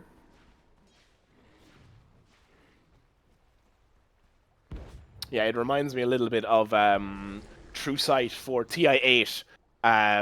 Where they cut to Seb talking, and they're after losing a big team fight against LGD, and they say, "It's okay, guys, it's okay." Spectre 25 high ground, and it just cuts to like this badass shot of the Spectre standing there, and as she fucking rinses through them all. But yeah, it looks like Champs are going to try and make a push out here. Do pop the smoke. Are they going to be able to catch them out here? They are a little bit separated. They don't have No Leaves there, who's just coming through the gate, trying to group back up here. The smoke pops. Are they going to get the ultimate down? Yes, they do. They get the arena. They catch Seer in the arena. Koi coming in with that ultimate as well. BKB popped on Seer. Holy Diver able to get the right clicks in from the outside. They have the refresher coming in, though, but the huge swap with the cold embrace is bigger as Jesse James goes down to Truffle Snout, as does Key. And he stood in the middle here, managing to get the refresher down onto Truffle Snout as well with the cold embrace. The Ursa goes down with the Aegis. They're going to have the BKB and the Pierce the Veil here with the cheese being consumed by No Leaves. There's nobody left with buybacks on the side of the champions. They're all down. 4 dead in the champions, and that just might be it. No buybacks. Are they going to call it? For the first time, I think ever, the champions beating the champions. That is huge. The double refresher, huge. Winter's Curse, just absolutely putting in work there. Swap from No Leaves to save the Ursa. Like, just incredibly well played, executed. Fights played exactly the way they had to on the champions. And this is a champions win, I think. It has to be, right? I would be so happy if it didn't mean that I have now bankrupted myself on Twitch points from the betting before the game. Oh my god, they are going to take the megas here, but I don't know what else they could do. They must be realizing that they don't have buybacks. The buyback has come back up on Koi here. They aren't calling it just yet, but they are going to start hitting these buildings. Maybe they let them fortify out of honor here. You know, 1 Cavan man to another, 5 Cavan men to another 5. Oh, they get the swap onto L, who does get stunned before getting into that shift there. They have the slow from the Earthshock as well. L with the Glimmer Cape is getting low. Has the Euls there. Is going to be able to go down though. Does have buyback as well as Koi. They're not buying back. GG is called. The Chumps The Rebels win. The Chumps become the champs. They take first place in Division 2B, absconding, sending the champs down to the second place. What a game. What a series. What a tiebreaker day. Holy shit, Adam. Wow, that was an incredible game. Back and forth, everything you could have wanted. Huge team fights, refreshers, swaps, initiations, failed initiations, counter initiations, everything. Incredible, incredible game. Both sides really put their heart and soul into it. But at the end of the day, the champions, off the back of a strong Seer start and then just really good team fighting by the whole team as the game went on, take it in the end. Wow. Yeah, what a game. What living up to the hype of the Cavan Bowl.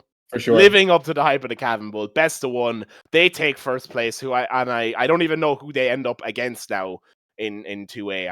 I can check that, I believe. Do we want to try to get a winner's interview? I could ask Seer. Oh yeah, ask Seer. Yeah, okay. I'm gonna turn on my light so you might be able to actually see me. Nice. Yeah, I know, right? Look at me helping out my producer for the people. Division 2. Yeah, so I believe the champions who are now first place get to pick between Mike's Army and Lou's Last Hitters as who they want to play in the first round of the bracket. That was the benefit. Okay. And then the champions get whoever they don't take, and then the champions get Creep Enjoyers and BDC gets Oi, boy. Oi, Seer. Hello, sir. How you doing? Do you need a camera?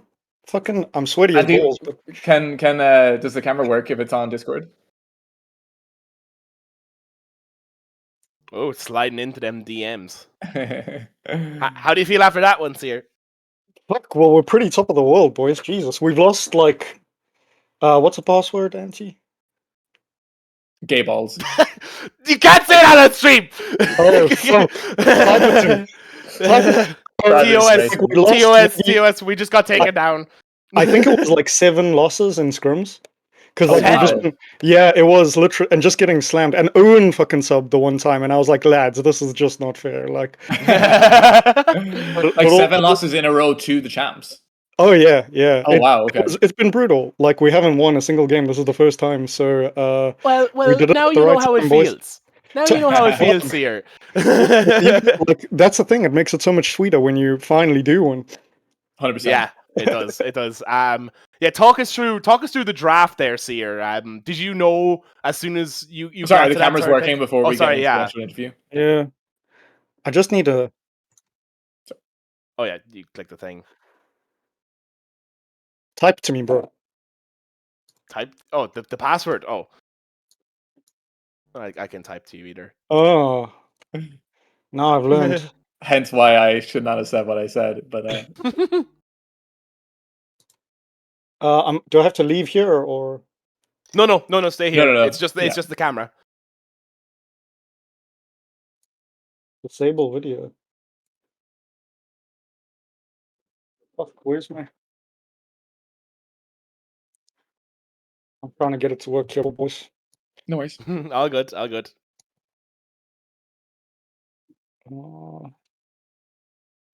I don't think it's working. No worries. If it doesn't, we can just do like audio one. It's fine. Send it.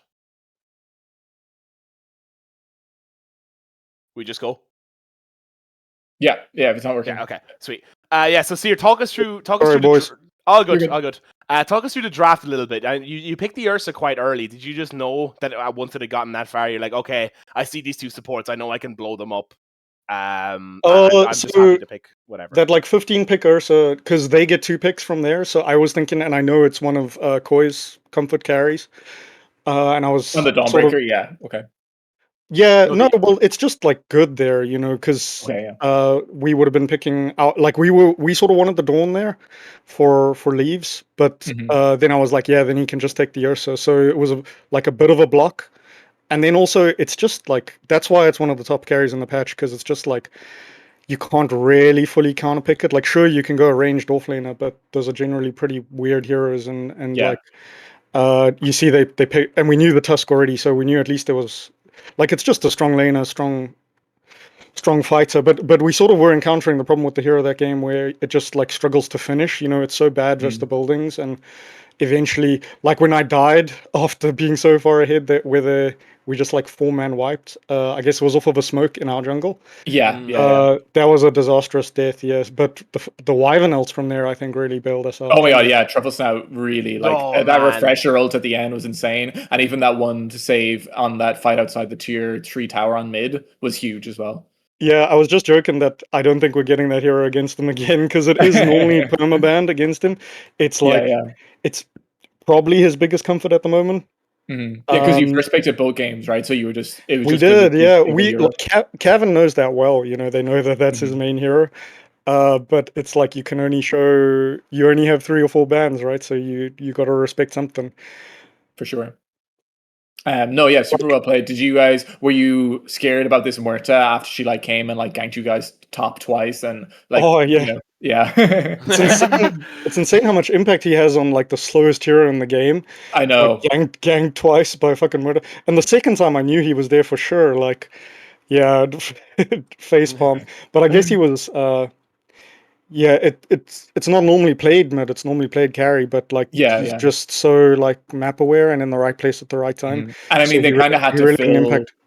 They kind of had to fill that void with the Mars and the Dawnbreaker as like kind of more utility heroes, and then have this right click hero in addition to that, right? So it made sense. But yeah, I think that it ended up. I don't know if you guys knew that like going into the game, but like the Wyvern ults against the Muerta were just so good, like kiting out all her BKB charges and the ulti as well was just like super effective in all the fights.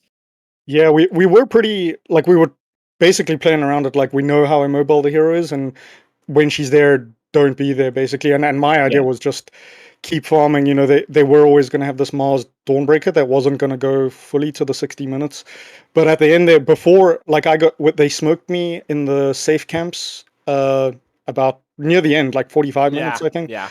And like I got saved, like I guess I got in range off, and then the Wyvern saved me.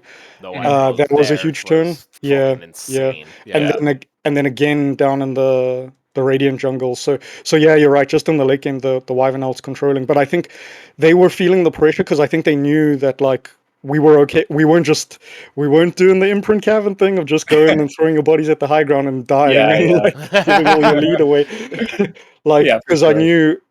Yeah, like Venge 6 slotted, Quap 6 slotted, even the Pugner and the Wyvern with, you know, full control of the map, like you're gonna scale immensely. Like, and then heroes like Mars and even the Tusk, even Mars Tusk, Dark Dawnbreaker, they don't want to go all the way to 60. You know, the Muerta, sure, but that's one hero. Like, and definitely the Muerta 1v1 with versus the Ursa does crush it. The fucking Willow, man. Oh my god. I feel like my whole game was just spent chasing Willow around. yeah, you could tell like you jumped her straight away at all the fights. Anab did play really well. Like the kiting was really good. I mean, which one I think the only was the Shaker. Like in the groups, we lost twice to the Shaker, and I thought they might even first pick it there, so we got the last ban on the Shaker, and I think that really.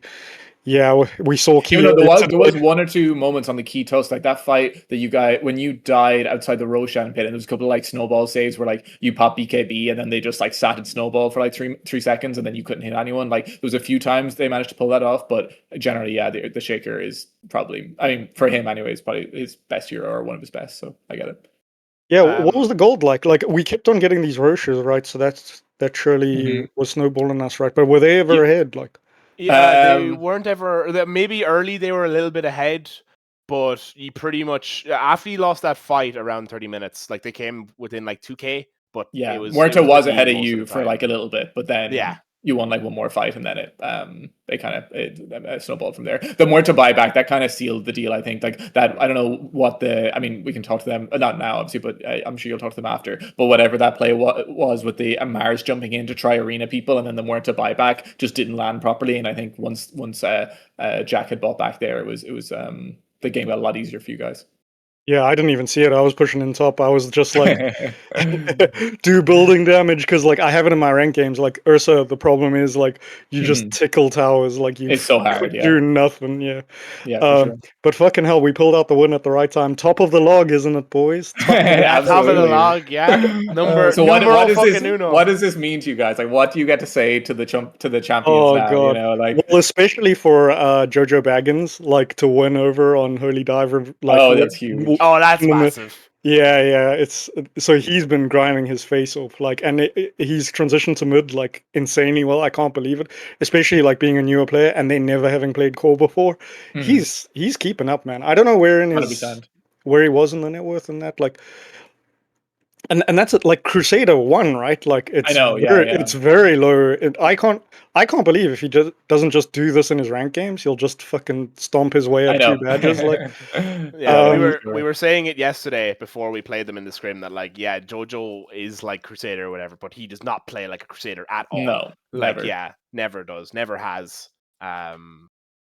Insane, crazy. And especially now being on core, it's a big like mid and support are totally different. So different, yeah. Crazy different. With your familiarity with these guys, I'll ask you like one question more, and then we'll leave you go. But with your familiarity with these guys, obviously you've played with them as long as I've known you. You've played with the Cavan champions. Did you find you were able to read their plays a little bit more? Well, that's and what they were trying to do.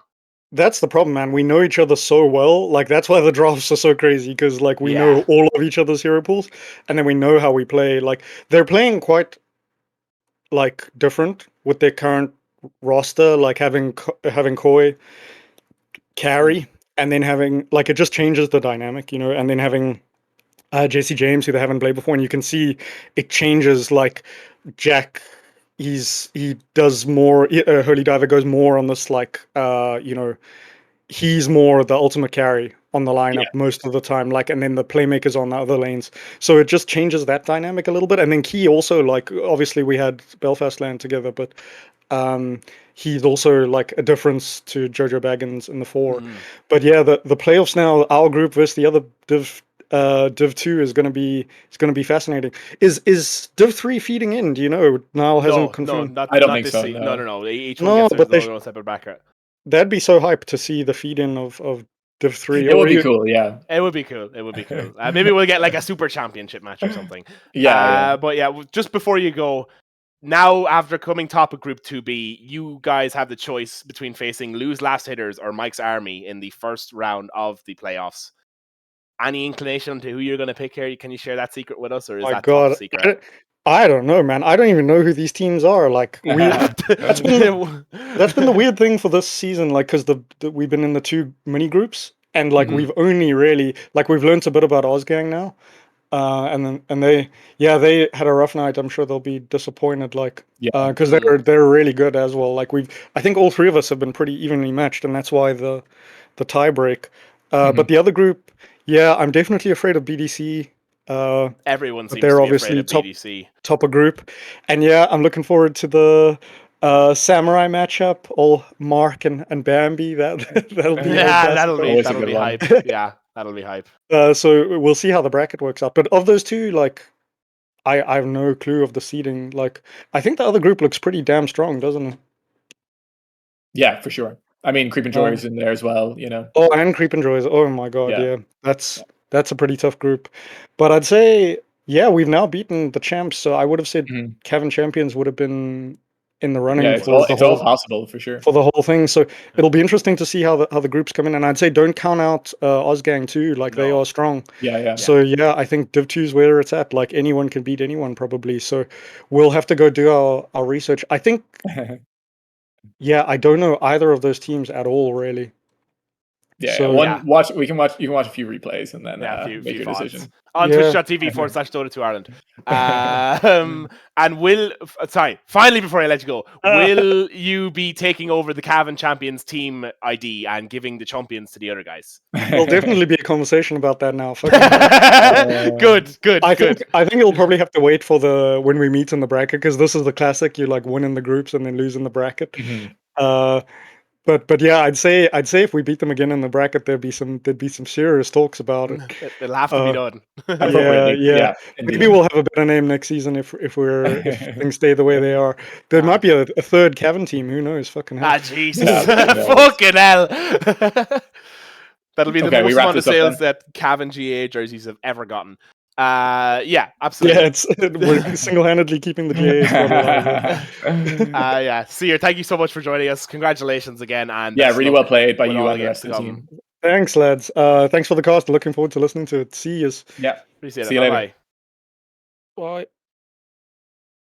And yeah, with that, our 4-hour cast comes to a close. What a day! Like an hour with you, Patter. Stop it, will you? Stop it! I'm blushing. Definitely not sweating. Yeah. Thank you so much, everyone, for joining us. This has been a fucking whopper day, Dota. This has been great.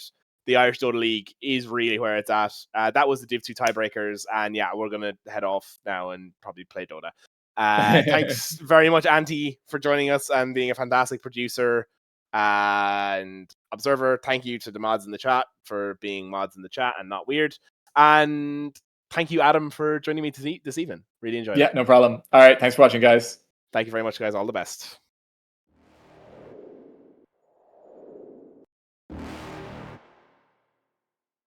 You're never gonna make it, you're not good enough. There's a million other people with the same stuff. You really think you're different? Man, you must be kidding. Think you're gonna hit it, but you just don't get it. It's impossible, it's not probable, you're irresponsible. Too many obstacles, you gotta stop it, yo. You gotta take it slow, you can't be a pro. Don't waste your time no more. Who the fuck are you to tell me what to do? I don't give a damn if you say you disapprove. I'm gonna make my move, I'm gonna make it soon. And I'll do it cause it's what I wanna fucking do. Cause all these opinions and all these positions, they come in millions, they blocking your vision. But no, you can't listen, that shit is all fiction. Cause you hold the power as long as you're dreaming. There's no way that you make it. And maybe you can fake it, but you're never gonna make it. Are you just gonna take that? Make them take it all back. Don't tell me you believe that. Are you just gonna take that? Or will you fucking fight back?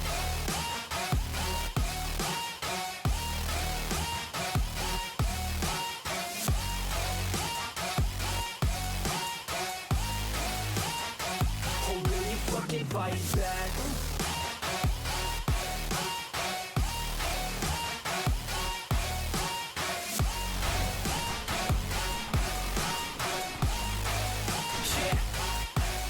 You ain't gonna make it, you ain't never ever gonna break it. You can never beat them and they're better than you face it. Thinking that they give a damn, you're not thinking straight, kid. No, they don't give a damn, you got what I'm saying? I'm not fucking playing, I'll give it to you straight, man. There's too many others and you're not that great, man. Stop what you're saying, stop what you're making. Everybody here knows that you just nah, I don't wanna hear it anymore. I don't wanna hear it anymore. All these fucking thoughts, they are not what I need anymore. I'm about to shut the motherfucking door on all you poor ass haters with your heads in the clouds. Talking out loud so proud, you better shut your goddamn mouth before I do more speak out. It's about to head south. You're never gonna make it.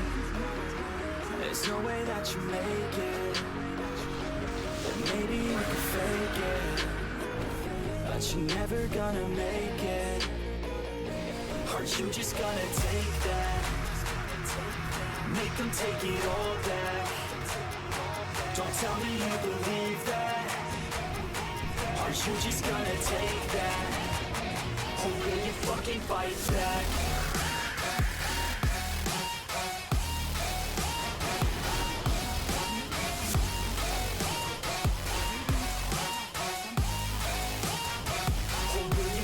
Fight back.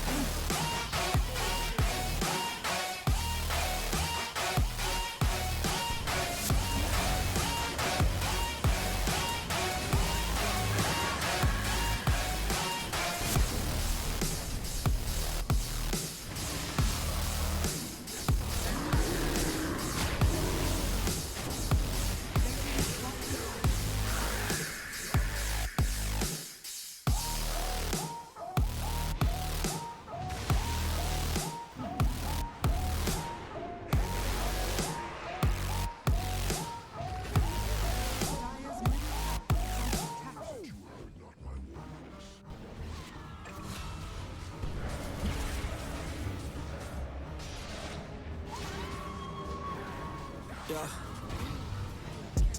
wanna build a life worth living. I wanna be rich cause I wanna be giving.